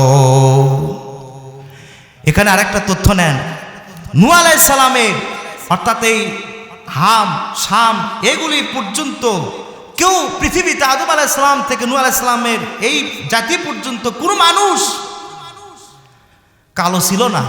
আল্লাহু আকবার বলেন। কোনো মানুষ কালো ছিল না, সবাই একদম লাল বর্ণের ফর্সা ছিল। জোরে বলেন না আল্লাহু আকবার, আরো জোরে বলেন আল্লাহু আকবার। আল্লাহ পাক বলেন, নূহ আপনার কথা অমান্য করেছে, শাস্তি হিসেবে হামকে আমি যে সন্তান দিব, ওই সন্তানের গায়ের কালার হবে কি? জোরে বলেন, কালো জগতের আলো। জোরে বলেন মারহাবা, আরো জোরে বলেন মারহাবা। টেনশন করার দরকার নাই। এই হামের মাধ্যমে যে কালো সন্তানে পৃথিবীতে আসলো, পর্যায়ক্রমে হামের যে বংশধর কালো, এটা কিন্তু আমরা বাঙালি আমরা নই। ওই যে সুদান, তারপরে হচ্ছে আফ্রিকা, ঘানা, কানাডা, দু একটা নাম বলেন না বারে, এইগুলি এলাকার লোকজন যারা হামের বংশধর, তারা আপনারা বলেন মারহাবা, আরো যারা বলেন মারহাবা। পাকিস্তান, ভারত আর আমরা বাঙালি, আমরা হচ্ছি নূহ আলাইহিস সালামের সন্তান, শামের বংশধর। জোরে বলেন না আল্লাহু আকবার। আর জাপান, তারপরে আপনার কোরিয়া সহ এই অঞ্চলের লোকেরা হচ্ছে ইয়াফাজের বংশধর। জোরে বলেন আল্লাহু আকবার। এ ওয়াজ কোনদিন শুনছিলেন? তাহলে এই পৃথিবীতে প্রথম কালো সন্তান এসেছে হামের মাধ্যমে। জোরে বলেন কার মাধ্যমে? আজকে কিন্তু অনেক নতুন নতুন ওয়াজ আপনারা শুনলেন, আপনারা কি বেজার হয়েছেন? নি বেজার হয়েছেন? আমার দিনী ভাইয়েরা, নূহ আলাইহিস সালামের প্লাবন ছিল কয় মাস? জোরে বলেন কয় মাস? এই 6 মাসের মধ্যে কাবা শরীফ, নূহ আলাইহিস সালামের এই নৌকা শুধু কাবা শরীফের চতুর্দিকে 40 দিন যাবৎ পরিভ্রমণ করেছিল।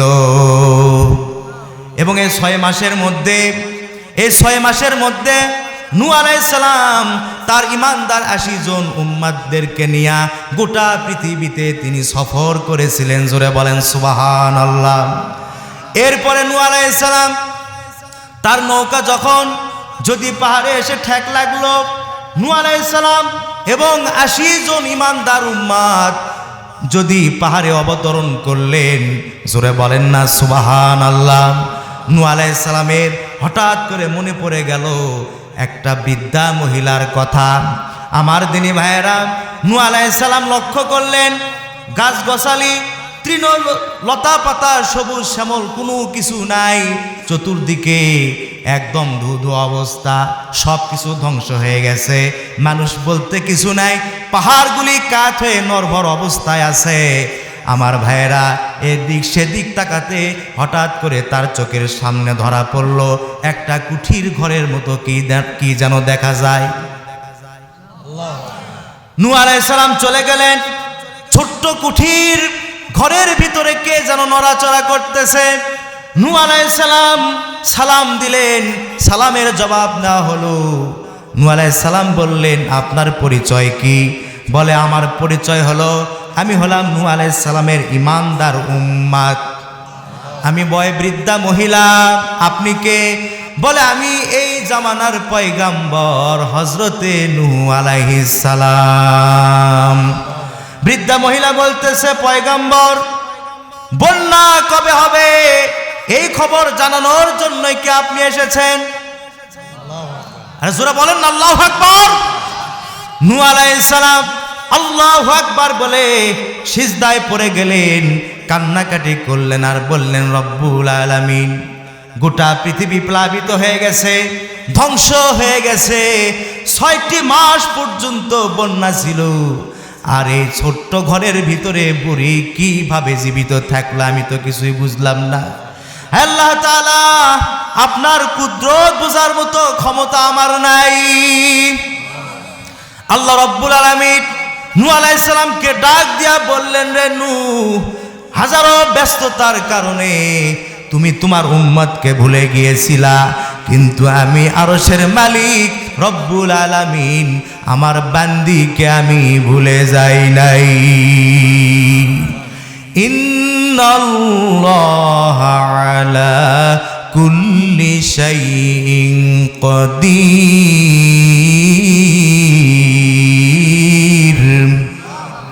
সব কিছুর ক্ষমতা কার? পানির ভিতরে বাঁচানোর মালিক কে? আওয়াজ দিয়ে বলেন কে? আগুনের ভিতরে বাঁচানোর মালিক কে? নূহ আলাইহিস সালামের দিকে হযরতে ইব্রাহিম আলাইহিস সালামের দিকে তাকান। ইব্রাহিম আলাইহিস সালাম আগুনের ভিতরে পড়ে গেল। আপনারা এই ঘটনা জানেন না? আগুনের ভিতরে ইব্রাহিম আলাইহিস সালাম পড়ে আছেন।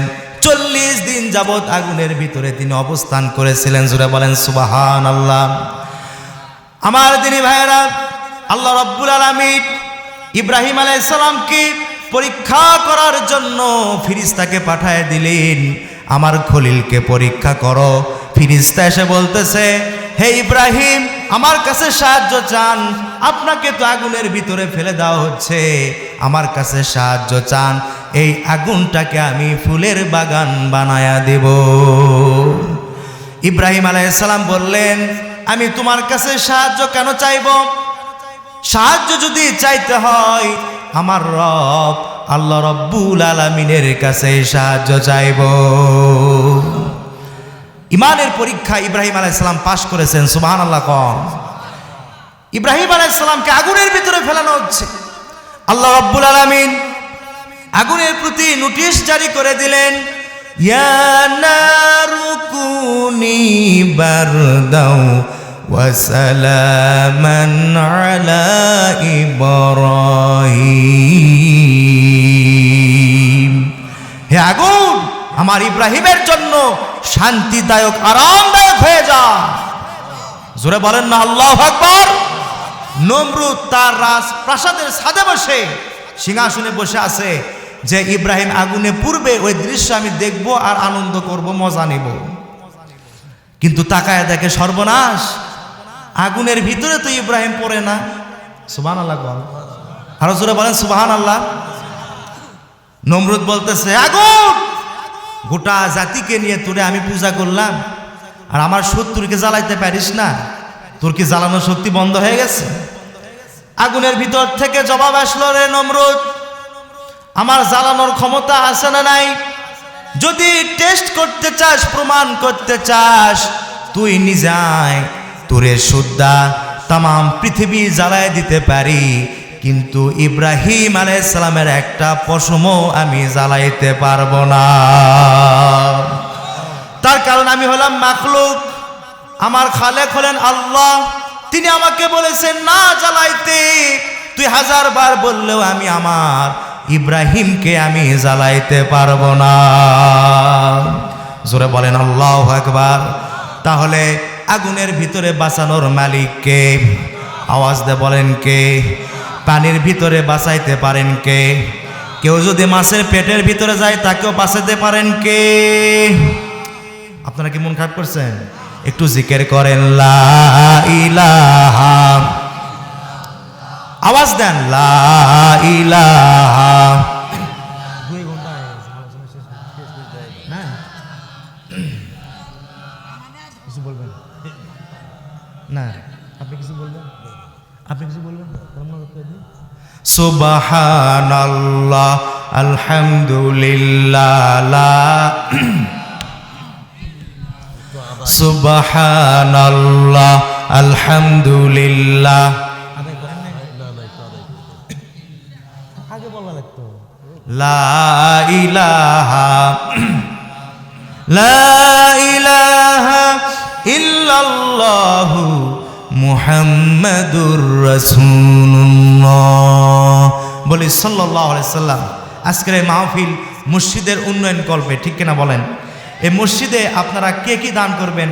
সভাপতি সাহেব বললেন, সভাপতি নাকি কেশিয়ার সাহেব বললেন, এজন্য আমি আপনাদেরকে জোর না, আপনারা স্বইচ্ছায় এই মসজিদে, মসজিদ কার ঘর বাড়ায়? একটু আওয়াজ দিয়ে বলেন কার ঘর? মসজিদ আল্লাহর ঘর, তো আল্লাহর ঘরের উন্নয়নের জন্য আপনারা এমন কি কেউ আছেন 5,000, 2,000, 3,000, 1,000 টাকা দেবেন, এমন কি কেউ আছেন? আমির আমল নামায় লিখে দাও। আল্লাহ করা কত সুবহানাল্লাহ। এই বৈধ স্ত্রীকে চুম্বন দিতে হবে, অবৈধ মেয়েকে চুম্বন দিলে কিন্তু গুনাহ হবে। কথা কি ভেজাল না? ভেজাল আছে কোনো? দিয়ে দিলাম একটু পিনিক দিয়ে দিলাম, পিনিক দিয়ে দিলাম। আমার ভাইয়েরা, তা আপনি যদি বিড়ি খান, সিগারেট খান, আর ভালোবাসা দিয়ে বিসমিল্লাহ বলে যতই আপনি চুম্বন দেন, স্ত্রী কিন্তু আপনার পর খুশি থাকবে না, রাজি থাকবে না। স্ত্রী খালি কবি যে মুখ সরায় না, কথা বল না কেন?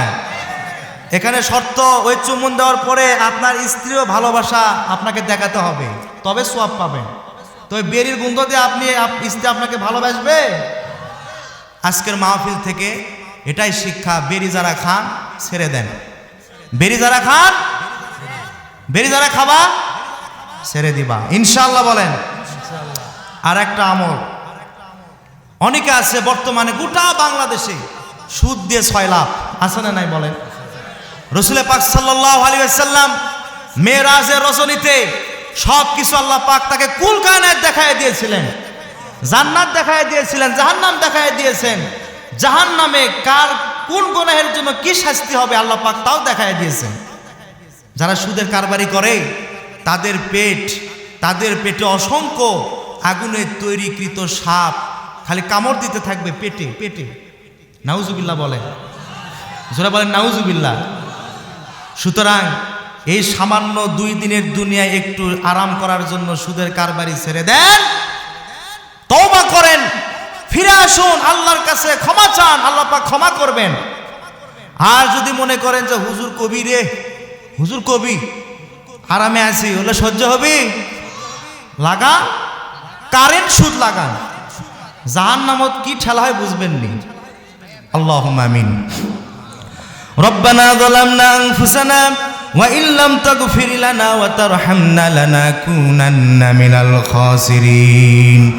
রব্বুল আলামিন বিহার উত্তরপাড়া জামে মসজিদের উন্নয়ন কল্পে বাৎসরিক তাফসিরুল কোরআন মাহফিলে গভীর রজনীতে কোরআন এবং হাদিসের আলোকে আলোচনা করে আমরা গুনাহগার বান্দা বান্দি আপনার পাক দরবারে ভিক্ষুকের মতো 2টি হাত তুলে ধরেছি।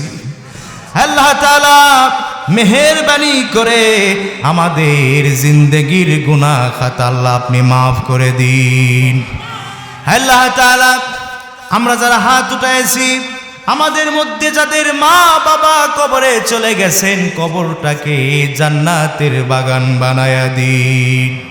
রব্বুল আলামিন, মা বাবা কত বড় নিয়ামত যাদের আছে আমরা তো বুঝি না, যারা হারাইছেন তারাই বোঝেন কত বড় নিয়ামত তারা হারাইছে।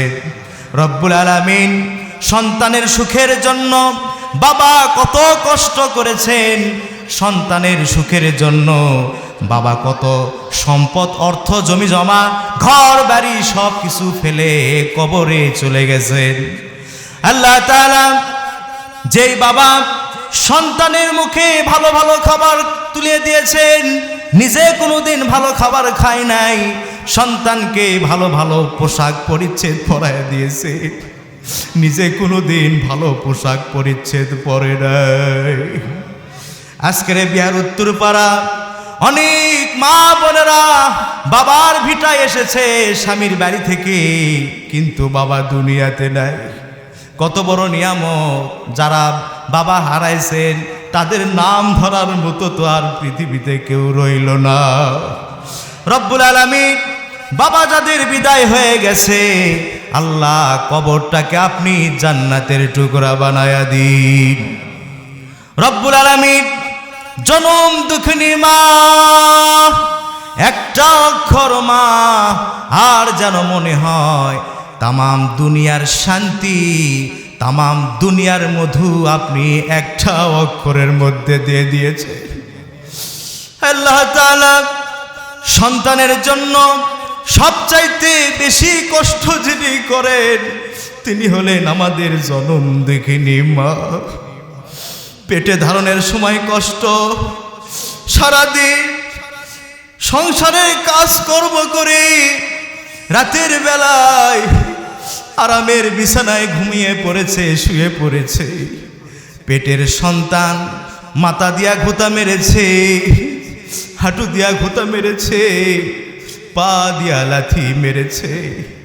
মায়ের ব্যথা শুরু হয়ে গেছে, আর ঘুমাইতে পারে নাই, বিছানায় শুইতে পারে নাই। মা একবার দাঁড়ায়, একবার বসে, একবার দেওয়ালের সঙ্গে দাঁড়িয়ে থাকে। এইভাবে কত রাত মা অতিবাহিত করেছেন সন্তানের জন্য। আল্লাহ তাআলা এর পরে ডেলিভারির সময় কত কষ্ট সহ্য করেছেন মা। মায়ের শরীর থেকে কত রক্ত ঝরেছে। রব্বুল আলামিন এত কষ্ট করলেন মা। এরপরে 2 বছর 2.5 বছর পর্যন্ত বুকের দুধ পান করাইছেন। একটুখানি মায়ের কথা মনে করে মনটা নরম করে দিবেন সবাই, মনটা একটু নরম করে দিবেন সবাই। মা পরিবারের সব সদস্য খাওয়ার পরে সবার শেষে খাইতে বসেন আমাদের মা। সন্তানকে কোলে নিয়া খাইতে বসেছেন মা। কয়েক লোকমা মুখে দেওয়ার পর কোলের সন্তান পেশাব করে দিয়েছে, পায়খানা করে দিয়েছে। মা কোনোদিন রাগ করে একটা থাপ্পড় দেয় নাই, একটা আছাড়ও দেয় নাই। ভাতের প্লেটটা রেখে দিয়া সন্তানকে পরিষ্কার করে দিয়া কপালে মধু মাখা চুম্বন দিয়েছে মা। মায়ের কথা মনে করে একটু কান্দে, মনটা নরম করে দিই। যারা তরুণেরা আছো, আমাদের জন্য মা এত কষ্ট করেছে, খবরদার মায়ের সঙ্গে বেয়াদবি করবা না। আল্লাহ তাআলা সন্তানের জন্য এত কষ্ট মা করেছেন। ওই জনম দুঃখিনী মা যাদের বিদায় হয়ে গেছে, আল্লাহ কবরটাকে আপনি জান্নাতের টুকরা বানায়া দিন। আল্লাহ তাআলা মা বাবা আমাদের যাদের বেঁচে আছে ভালো রাখুন, সুস্থ রাখুন আল্লাহ। আল্লাহ তাআলা অনেকের মা অসুস্থ, মৃত্যুর শয্যায় শায়িত। আল্লাহ তাআলা আপনার কাছে ফরিয়াদ করি, মা বাবা যাদের অসুস্থ আছে আল্লাহ শিফায়ে কামিলা আপনি দান করুন। আর হায়াত যদি না থাকে ইমানের হালাতে আপনার দরবারে উঠায় নেবেন রে আল্লাহ। আমরা যারা সন্তান আছি, আমাদের কথায়, আমাদের ব্যবহারে, আমাদের আচরণে আমাদের মা বাবার চক্ষুটা যেন শীতল হয়ে যায় আল্লাহ। সেইভাবে ব্যবহার যেন করতে পারি, সে তৌফিক দান করুন আল্লাহ। রব্বির হামহুমা কামা রব্বায়ানি সগীরা। কেউ জবানটা বন্ধ রাখবেন না, মোহব্বত দিয়ে সবাই আমার সঙ্গে পড়ুন, রব্বির হামহুমা কামা রব্বায়ানি সগীরা। আবার বলেন, রব্বির হামহুমা কামা রব্বায়ানি সগীরা। আল্লাহ তাআলা আজকের মাহফিলের আয়োজন যারা করেছেন, এই গ্রামবাসীর উপরে আপনি খাস রহমত নাজিল করুন আল্লাহ রব্বুল আলামিন। এই গ্রামবাসীর যত মানুষ কবরে চলে গেছেন বিহার ইউনিয়নে, আল্লাহ তাআলা সকল কবরবাসীর আযাব আপনি মাফ করে দিন আল্লাহ। আল্লাহ তাআলা অনেকেই দোয়া চেয়েছেন, কয়জনের নাম বলবো? আপনি তো সব কিছু জানেন এবং শুনেছেন। আল্লাহ গো, যে যে উদ্দেশ্য নিয়ে দোয়া চেয়েছেন সবার নেক আশা আপনি পূরণ করে দিন আল্লাহ রব্বুল আলামিন। আল্লাহ তাআলা গোটা পৃথিবীর মুসলমানরা আজকে বড়ই নির্যাতিত, নিষ্পেষিত। মুসলমানদের উপরে আপনি খাস রহমত নাজিল করুন আল্লাহ। আমাদের দেশ, ছোট্ট দেশ বাংলাদেশ, আল্লাহ আমরা শান্তি প্রিয়, আমরা রব্বুল আলামিন আমাদের দেশটাকে নিয়ে কত ষড়যন্ত্র চলতেছে, সব ষড়যন্ত্রের জালকে আপনি ছিন্ন বিচ্ছিন্ন করে দিন আল্লাহ। আল্লাহ তাআলা রব্বুল আলামিন, এই বিহারে অনেকে আমার শিক্ষার্থী আছে আল্লাহ, আমার শিক্ষার্থীদের আপনি জেহেন শক্তি বৃদ্ধি করে দিন আল্লাহ। অনেকে আছে 26 সালে এসএসসি পরীক্ষার্থী, রব্বুল আলামিন তাদের উপরে আপনি রহম করুন, জেহেন শক্তি বৃদ্ধি করে দেন আল্লাহ। সুন্দরভাবে যেন পড়াশোনা করে পরীক্ষা দিতে পারে, ভালো রেজাল্ট যেন করতে পারে আল্লাহ। মা বাবার মুখে যেন হাসি ফুটাইতে পারে, শিক্ষক মণ্ডলীদের মুখে যেন হাসি ফুটাইতে পারে আল্লাহ, সে তৌফিক দান করুন রব্বুল আলামিন। বাইতুল্লাহকে লক্ষ্য করে আমরা আপনাকে সেজদা দেই আল্লাহ তাআলা। অনেকে আছেন এখন পর্যন্ত বাইতুল্লাহ শরীফে যাইতে পারে নাই, আল্লাহ তাআলা জীবনে একটি বার হলেও বাইতুল্লাহ ঘর সচক্ষে দেখার তৌফিক দান করুন রব্বুল আলামিন। আপনার হাবিবের জন্য আমাদের মন কান্দে, প্রাণ কান্দে। আপনার হাবিবের রওজা মোবারকের সামনে আদবের সহিত দাঁড়ায়া দাঁড়ায়া বারবার সালাম দেওয়ার তৌফিক আল্লাহ আমাদেরকে দান করুন রব্বুল আলামিন। মালাকুল মউত যেদিন আমাদের নিকট চলে আসবে, 1 সেকেন্ডও সময় দিবে না, আমাদের প্রাণ পাখিটা বের করে নিবে রব্বুল আলামিন। আজকের মাহফিল থেকে আপনার কাছে ফরিয়াদ জানাই গো আল্লাহ, যেদিন মালাকুল মউত আমাদের প্রাণ পাখি বের করে নিবে আল্লাহ, আমরা যেন পাক পবিত্র থাকতে পারি আল্লাহ। ইমানের হালতে আপনার দরবারে যেন আমরা পৌঁছিতে পারি আল্লাহ রব্বুল আলামিন। পর্দার আড়ালে আমার সম্মানিতা মা বোনেরা আছি আল্লাহ তাআলা, আমার মা বোনদেরকে আপনি দিনদার পরহেজগার বানায় দেন আল্লাহ। আল্লাহ তাদেরকে নামাজি বানায়া দিন আল্লাহ, পর্দার সহিত চলাফেরা করার তৌফিক দান করুন আল্লাহ। হযরতে খাদিজাতুল কুবরা, হযরতে ফাতিমা রাদিয়াল্লাহু তাআলা আনহুমার সঙ্গে যেন তাদের হাসর নসিব হয়ে যায় আল্লাহ। আজকের মাহফিল আপনি কবুল আর মঞ্জুর করে নিন আল্লাহ। এই আশা নিয়ে আমরা হাত নামাচ্ছি, আজকের মুনাজাত আপনি কবুল আর মঞ্জুর করে নিয়েছেন। রব্বানা তাকাব্বাল মিন্না إنك أنت السميع العليم وتب علينا إنك أنت التواب الرحيم سبحان ربك رب العزة عما يصفون وسلام على المرسلين والحمد لله رب العالمين وجعل آخر كلامنا عند الموت لا إله إلا الله محمد رسول الله صلى الله عليه وسلم।